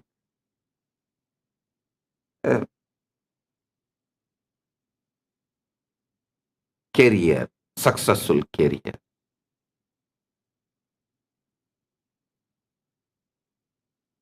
Only all these can be achieved if you follow the rules of the unconscious society, because it is designed to keep you mediocre.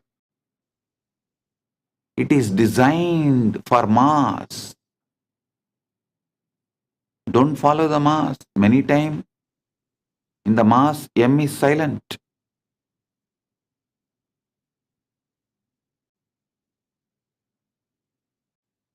It is designed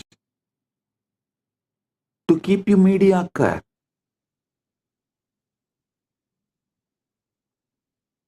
This is the knowledge for generalized.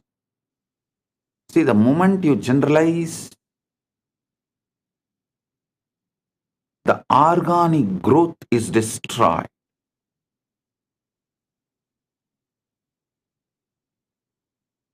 Whether education, bringing up, lifestyle, everything. Knowledge, the ideas we teach, the groom and make people experience, everything is specialized in royal schools. Understand? I treat you all as the students of royal school. I am not giving you the generalized teachings given to the mass. No.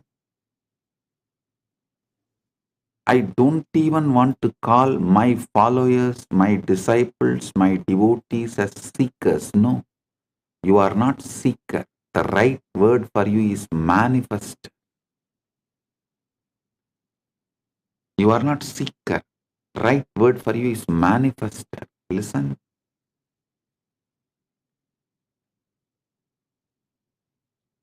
The primal assumption, first assumption you build about yourself, unconsciously or consciously, forced on you or you voluntarily build it, married or raped, anyway, the child you give birth, unconsciously,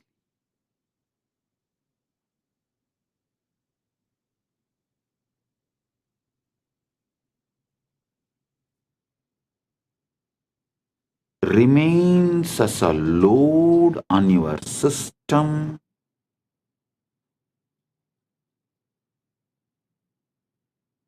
continues to keep you focused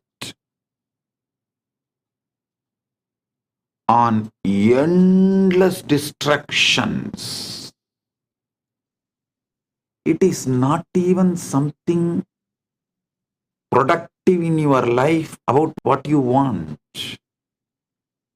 It's not even making you healthy or wealthy or happy or blissful. It is just you are stuck with the impossibility and you are rotting in a rut. Just see, look around. All enlightened beings know it is very difficult to break the primal assumption, the preliminary assumption you have about you. Sometimes it takes even janmas to break the preliminary assumption you have about you.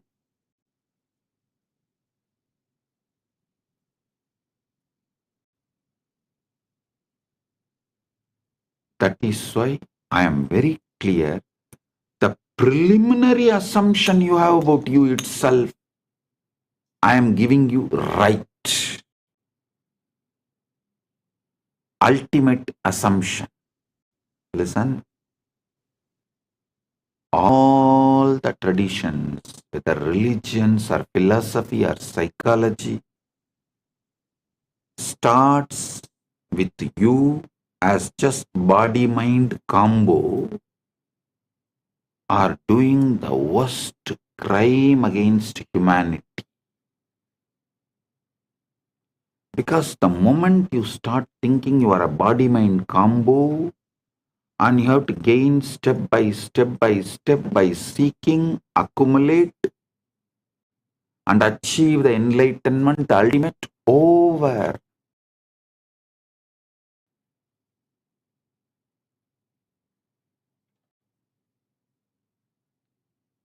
You are put in a bullock cart,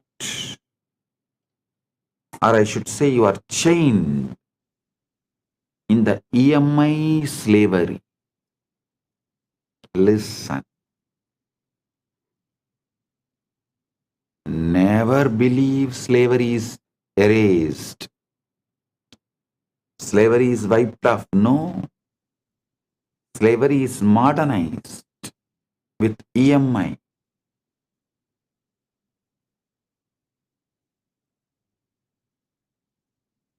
Economy should be indigenous. Religion should be indigenous. Social rules and regulations should be indigenous. Food should be indigenous. Clothes should be indigenous. Even social laws, criminal laws, right, wrong, philosophies, all should be indigenous. Organically grown. Not because someone commits a crime in remote area. The preventive laws and rules imposed on us who don't even have an idea about those crimes.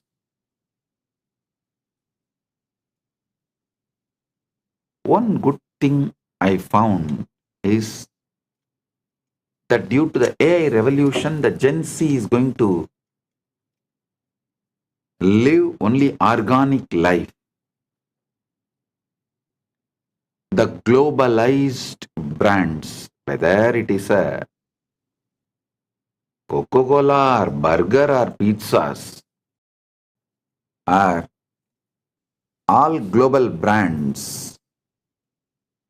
Business brand, retail brands, cloth brands, religion brands, philosophy brands, all have no future due to AI revolution. People are going to choose the indigenous lifestyle. They are no more interested in following the dead, unwanted, unknown. Actually, neither the person who imposes the rule, nor the person who maintains the rule, nor the person who obeys the rule knows why the rule exists. What the hell you are doing? What the hell is going on? No. Neither legislature, nor executive, or judiciary, or the obedient citizens. All four do not know why this law exists. That kind of laws exist in every country. In every country, practically.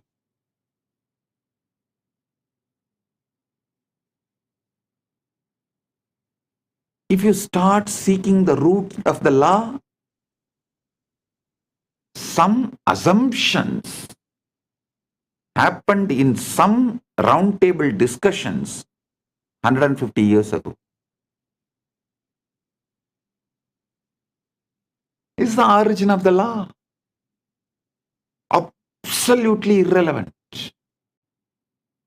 But unfortunately, these laws are teaching you your primal assumptions, primary assumptions, preliminary, original, first assumptions about you. Your first assumption about you need to be corrected and the truth to be told. Don't start as a body-mind combo. Even the religious structures and philosophies which begins telling you are a body-mind combo and that body-mind combo has to work and do something, this, that, yearn and achieve enlightenment, dump it. They are making hell for you. No. Only enlightened ones know it is very difficult to change the preliminary assumptions. Sometimes it takes janmas. Always it takes years to change the preliminary assumption. Sometimes janmas. That's why when Krishna starts his teaching, the first word is you are Atma. You are the field.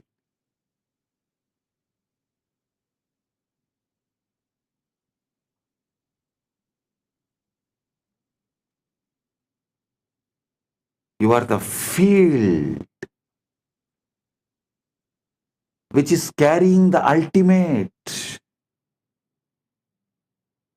pregnant with the ultimate.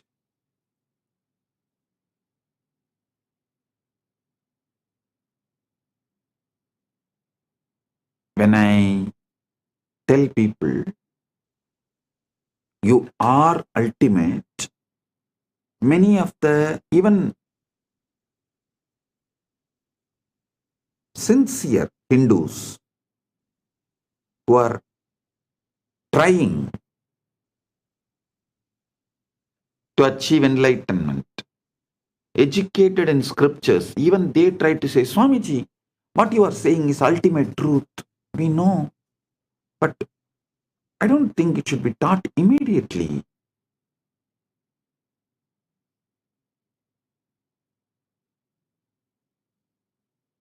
People should go step by step. You are doing wrong by teaching the ultimate truth immediately. If I am wrong, Krishna is wrong. The moment he opens his mouth, actually Krishna opens his mouth only in the second chapter, Sankhya Yoga. In whole Bhagavad Gita, there are 18 chapters, and second chapter is Sankhya Yoga. First is Arjuna Vishada Yoga. Second chapter only Krishna opens his mouth.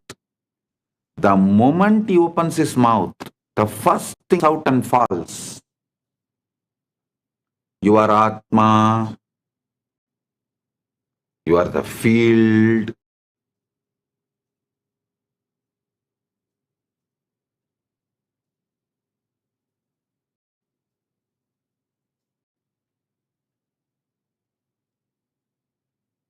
Which literally carries the ultimate.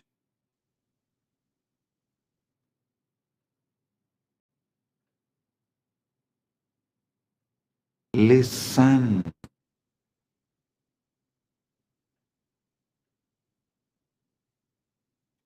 Preliminary assumption should be right.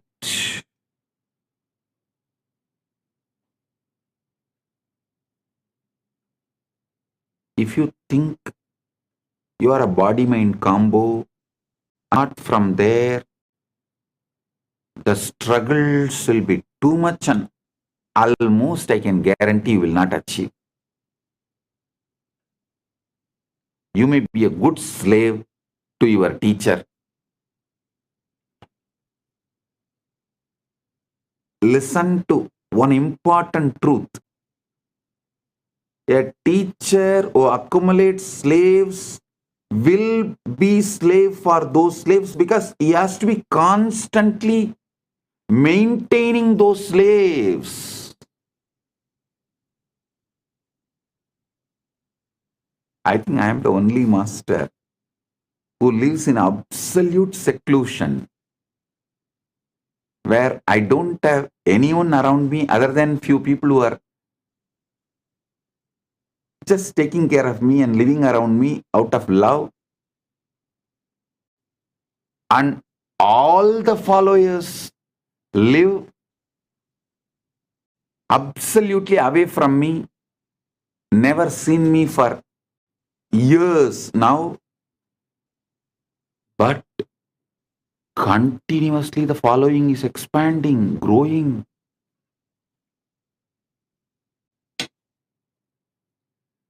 Because I don't collect slaves. I collect leaders. I make Paramashivas. I don't collect body-mind combos, make them enlightened. I collect Paramashivas and make them manifest. You are Paramashiva. Start manifesting.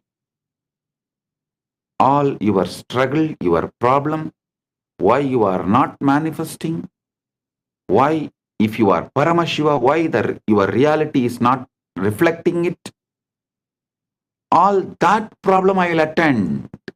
It's a legitimate problem. I will attend.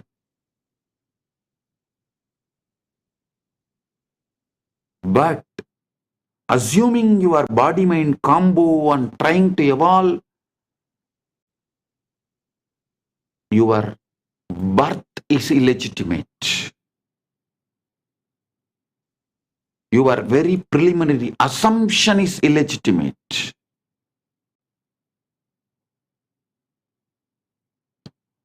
Your preliminary assumption about yourself, your original assumption about yourself, if it is body-mind combo, you are born out of rape by the society,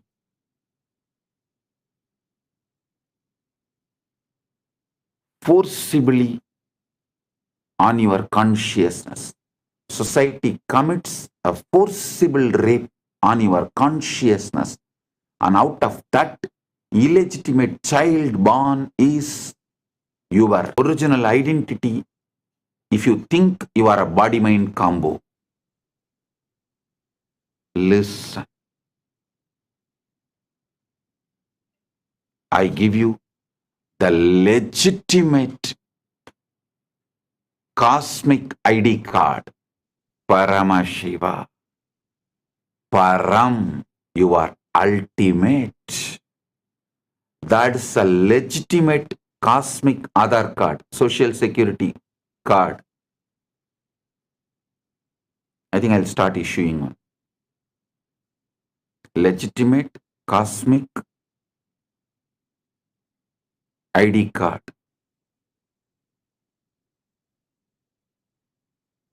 You are Paramashiva. Starting it. So with this, I bless you all. Paramatpaita Praptiras. You are Paramashiva right now.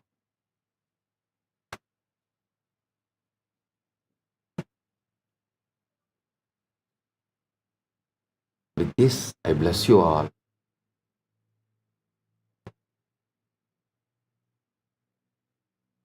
Let's radiate Paramatpaita, Paramashiva with Nithyananda, the eternal bliss, Nithyananda. Thank you. Be blissful.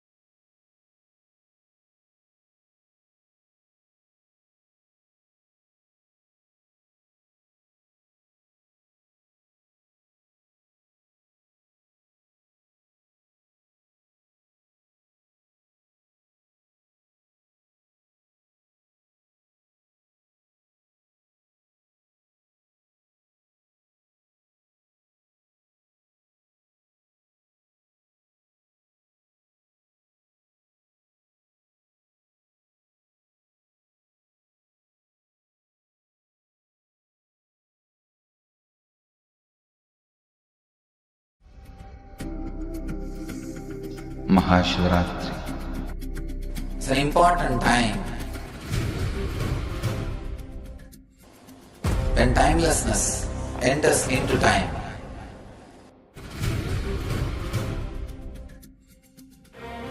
When space enters into place.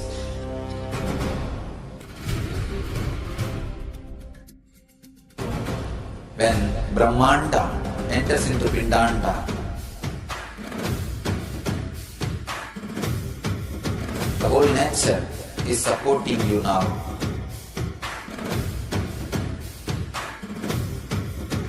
To experience your higher energy, your higher self, your higher consciousness. Night is the night when divine revealed itself and elevated all the beings to its level. The first and foremost incarnation on the planet Earth happened today and exactly midnight.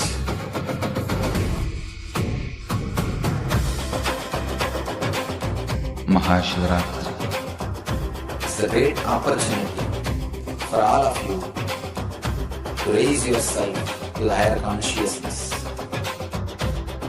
Let this night awaken all of you.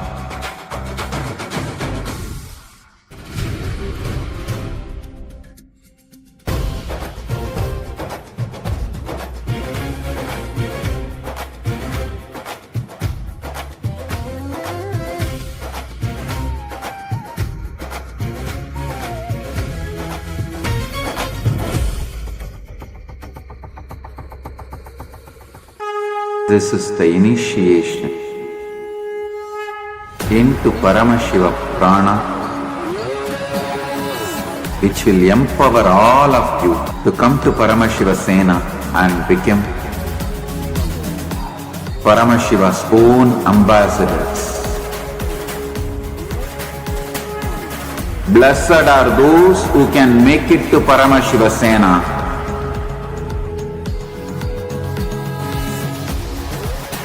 Losers are those who stick to your ego and your mind, your confusions and your delusions. I am opening doors for all of you to come and experience Paramashiva Sena. Now it is left to you to say yes to Paramashiva.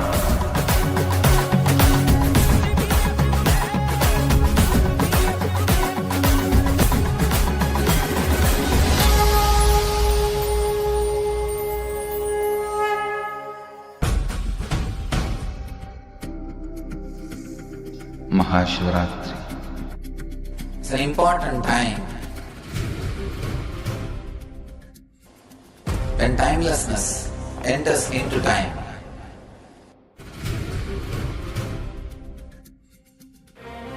When space enters into place.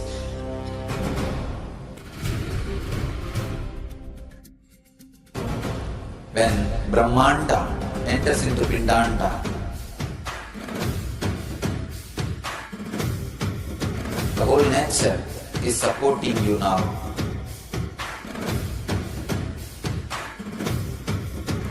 To experience your higher energy, your higher self, your higher consciousness.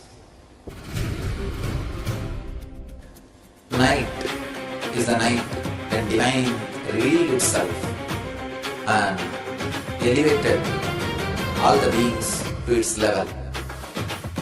The first and foremost incarnation on the planet Earth happened today and exactly midnight.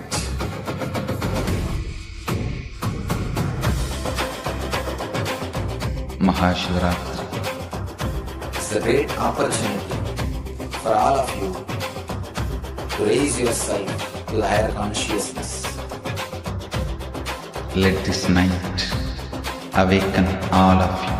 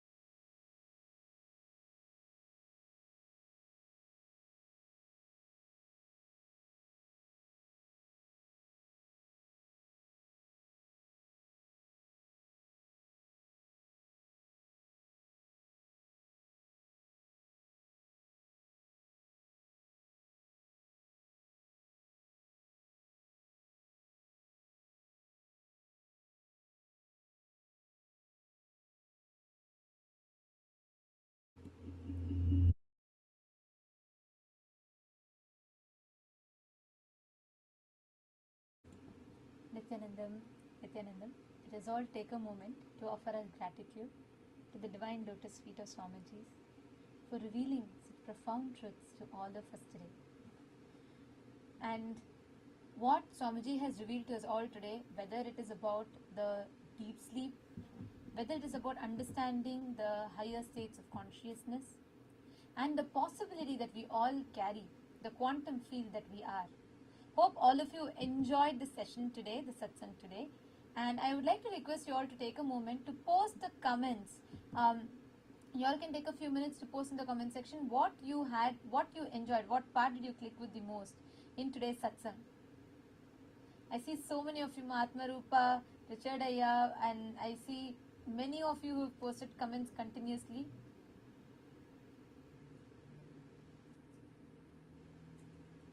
Jnana Pratyakshananda has posted, the success of oneness is sustained by ferocity.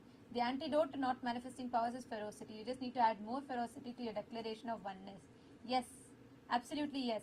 And that ferociousness, also not in the sense of deprivation or not in the sense of hard rule, but with a deep understanding and maturity. And that is what makes us manifest the ultimate. I see a lot more comments coming in. Nithyanandam, very nice to see you all. Rasanta Kiste, Shiv Panditaya, Manandalingeshwari, Ma Madhu Srivatsava. See, this experience that whether you want to enter into the different states of consciousness. For us, for many people, we try to achieve that high or whatever we call that with different means. That's why people, when they're not able to handle their depression, their lows, they try to add to that fulfillment from outside. They want to lead that fulfillment from the outside. They use drugs and substance abuse happen, and then people use alcohol and various different things. Some people get addicted to video games and stuff like that. So we are always we create an external dependency so much so that it starts impacting, it starts affecting our system ability to function. And now, what is so beautiful here, what Swamiji revealed, is removing all those negative, toxic, all the things that you're adding to you and manifesting your pure Paramashanta. Now this may sound very, will that require a lot of effort from my side? What am I really qualified for it, etc. But that's where the role of the Guru comes in. In the presence of the Guru, you don't need to do much. There's nothing you need to do. Just when you connect to the Guru, harnessing the power of feeling connection will enable you to manifest your ultimate by manifesting the Guru through you. And not just that, the space, see, that's what the Shakti Pada does. When you are in the presence of the Guru, whatever you might be going through, whatever you may be believing that you are having, from what you are, to be able to take that quantum leap, that happens in the presence of Guru. This Maha Shivaratri, we are having special Sevas through which you can directly connect to Swamiji and experience that breakthrough in your feeling connection. All those who want to offer, especially the Pratyaksha Pada Puja. Pratyaksha Pada Puja is an offering that you offer to worship the divine lotus feet of our beloved Master, which removes the janmas, the karmas that you've been accumulating for births together just through this one offering. And this can liberate you from many of the karmic bondages that you've been stuck with in your life. And like what Swamiji said, you should start having gratitude, more and more gratitude in you. Like just in Day for a Say Satsang, Swamiji mentioned about what you want to manifest as the ultimate, like your end. Start living in that end now and start having gratitude as if you already have it. That opening of, flowering of gratitude is possible by offering Pratyaksha Pada Puja. I wanted to invite I see some comments that are coming. Leela Sai Kumar has posted, thank you. You said yesterday observe determine outcome, but is observe is brain or heart? Why some guru teaches observing heart? Okay, listen. Here it's neither brain nor your heart. It is you, the one who's observing. People tend to teach you observe your brain, observe your heart. They are trying to teach for you your personality development, not your conscious enlightenment. Swamiji is not here just to teach you some things that can externally change you alone. No. Swamiji is here for a complete, giving you that superconscious breakthrough. That will happen only when you start realizing who you are, when you are sitting as that witness inside of you. So, to all the viewers that are there, I just wanted to invite all of you for this Maha Shivaratri celebrations.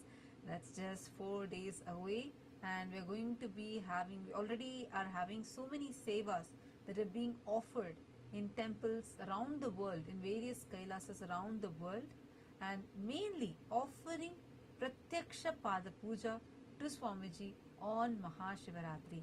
That is going to give you the ultimate breakthrough. And we invite every one of you to join us on the Maha Shivaratri by connecting to the Guru. See, Paramashiva is on the day of Maha Shivaratri assumes from formlessness to the form. And Guru is the ultimate embodied form of Paramashiva. You can call it God, consciousness, Shiva, Paramashiva, Rama, whichever word that you want to give. Guru is a manifestation of all the all the ultimate, unseeable, all the pure forms of God, the Supreme Personality of Godhead. So, on the day of Paramashivaratri, in the presence of the incarnation of Paramashiva, get ready to celebrate Shivaratri. Get ready to celebrate the night of the auspicious changes. All civilization terrorizes us about dark. Dark is always considered as something negative and evil. Sanatana Hindu Dharma is the only religion where we celebrate dark, Ratri, intensity. We do meditation on the dark. It's only in Hinduism. And do not miss this. Please be there. And I request every one of you, on the day of Shivaratri, you can all offer Pratyaksha Pada Puja to Swamiji. Have the opportunity to connect with Swamiji, the deity. And you can offer the Pratyaksha Pada Puja. And you can connect with Swamiji and all the different gods and goddesses, the different deities. And receiving their grace and blessings. Ultimately, physically offering the flowers, the Madhuparka, etc. at the divine lotus feet of Swamiji. So the link for where you all can make the offering, will be posting it in the comment section. But every one of you, please make sure that you take a few minutes and you're all heading to the link. You all can go to, in the chat we will be pasting the link in the YouTube live chat. And all of you can make sure that you're going ahead, signing up, and whichever Sevas you resonate with, you want to offer, get started with one. Get started with any. Because you are going to be having a huge breakthrough, literally your consciousness itself shifting in this Shivaratri.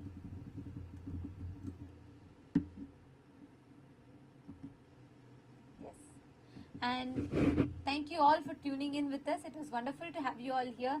Thank you. Let us all now sit straight and let us all connect, bowing down, experiencing that feeling connection with Paramashiva in his manifestation, in his embodied form as Swamiji.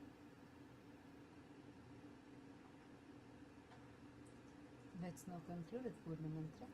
Om Purnamadav Purnamidam Purnat Purnamudachyate Purnasya Purnamadaya Purnamevavasishyate Om Shanti Shanti Shantihi Harihi Om Tatsat Sarvam Bhagavat Shri Nithyananda Paramashiva Padukarpanamastu. Om Nithyanandam. Thank you all, Nithyanandam. Nithyanandam.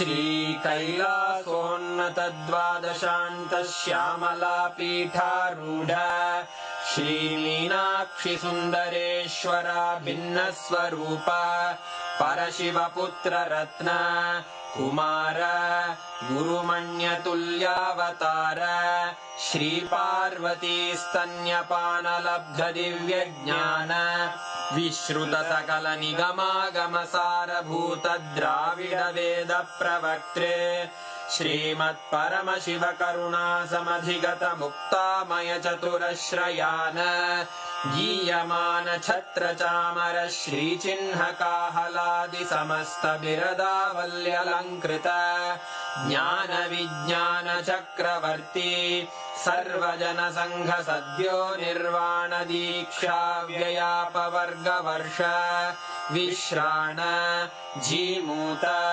परमतकलभकेसरी शैवसिद्धान्तस्थापनाचार्य श्रीराजाधिराजपाण्ड्यमहाराज गुरु क्षपणशाक्यादिमहान्धकारनिवारणज्ञानभानु वीक्षणानर्हार्हध्वजोच्छेदनपूर्वक श्रीमद्वृषभध्वजस्थापक शैवसमयकर्त्रे सर्वज्ञपीठारूढ श्रीजगद्गुरु श्रीज्ञानसम्बन्धदेशिकस्वामि वागीशसुन्दरमाणिक्यवाचकस्वामिनाम् अवतारभूत श्रीज्ञानसम्बन्धस्वामि पुनरुद्धृत श्यामलापीठ सर्वज्ञपीठ त्रिनवत्युत्तरद्विशततम गुरुमहासन्निधान अरुणगिरियोगीश्वर परम्परागत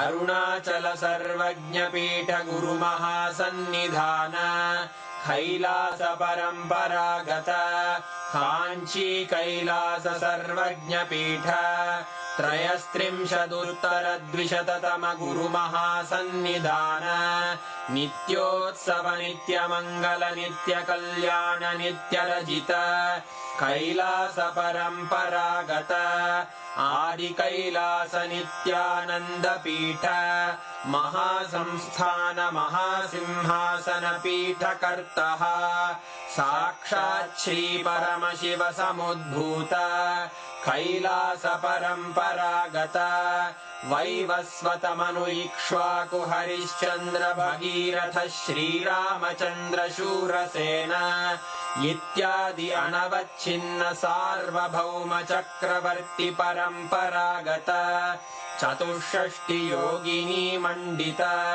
चतुष्षष्टि सम्प्रदाय प्रवर्तक मनुधर्मशासन सूर्यवंश प्राप्त सर्वज्ञपीठ सुराङ्गी साम्राज्य मूर्धाभिषिक्त चूडामणे साक्षात् श्री परमशिव समुद्भूत कपिल महागुरु पुनरुद्धृत महानिर्वाणिपीठ अष्टोत्तर सहस्र श्री महामण्डलेश्वर साक्षात् श्री परमशिव सिंहासनाभिषिक्त समस्त गणनायक श्री महागणपति समारंभ अनवच्छिन्न पीठाधीश्वर गुरु परंपरा प्राप्त अटल पीठ अष्टोत्तर सहस्र श्री अटल पीठाधीश्वर धर्म मुक्ति स्वर्गपुर स्वर्ण पीठ त्रयोविंश गुरु महासन्निधान कैलास परम्परागत आदिपीठ सर्वज्ञपीठ जगद्गुरो श्री कैलास पुनरुद्धारक श्री कैलास परमाचार्य श्रीमत्परमहंस परिव्राजकाचार्य वर्य सच्चिदानंद प्रणव स्वरूप श्रोत्रिय ब्रह्मनिष्ठ श्रीमज्जगद्गुरु श्रील श्री भगवत् श्री नित्यानंद परमशिव श्री ज्ञान संबंध देशिक परमाचार्य स्वामिन् अत्रागत्य परिपाल्य च अस्मान् विज्ञान वितरणेन विजयी भव जय जय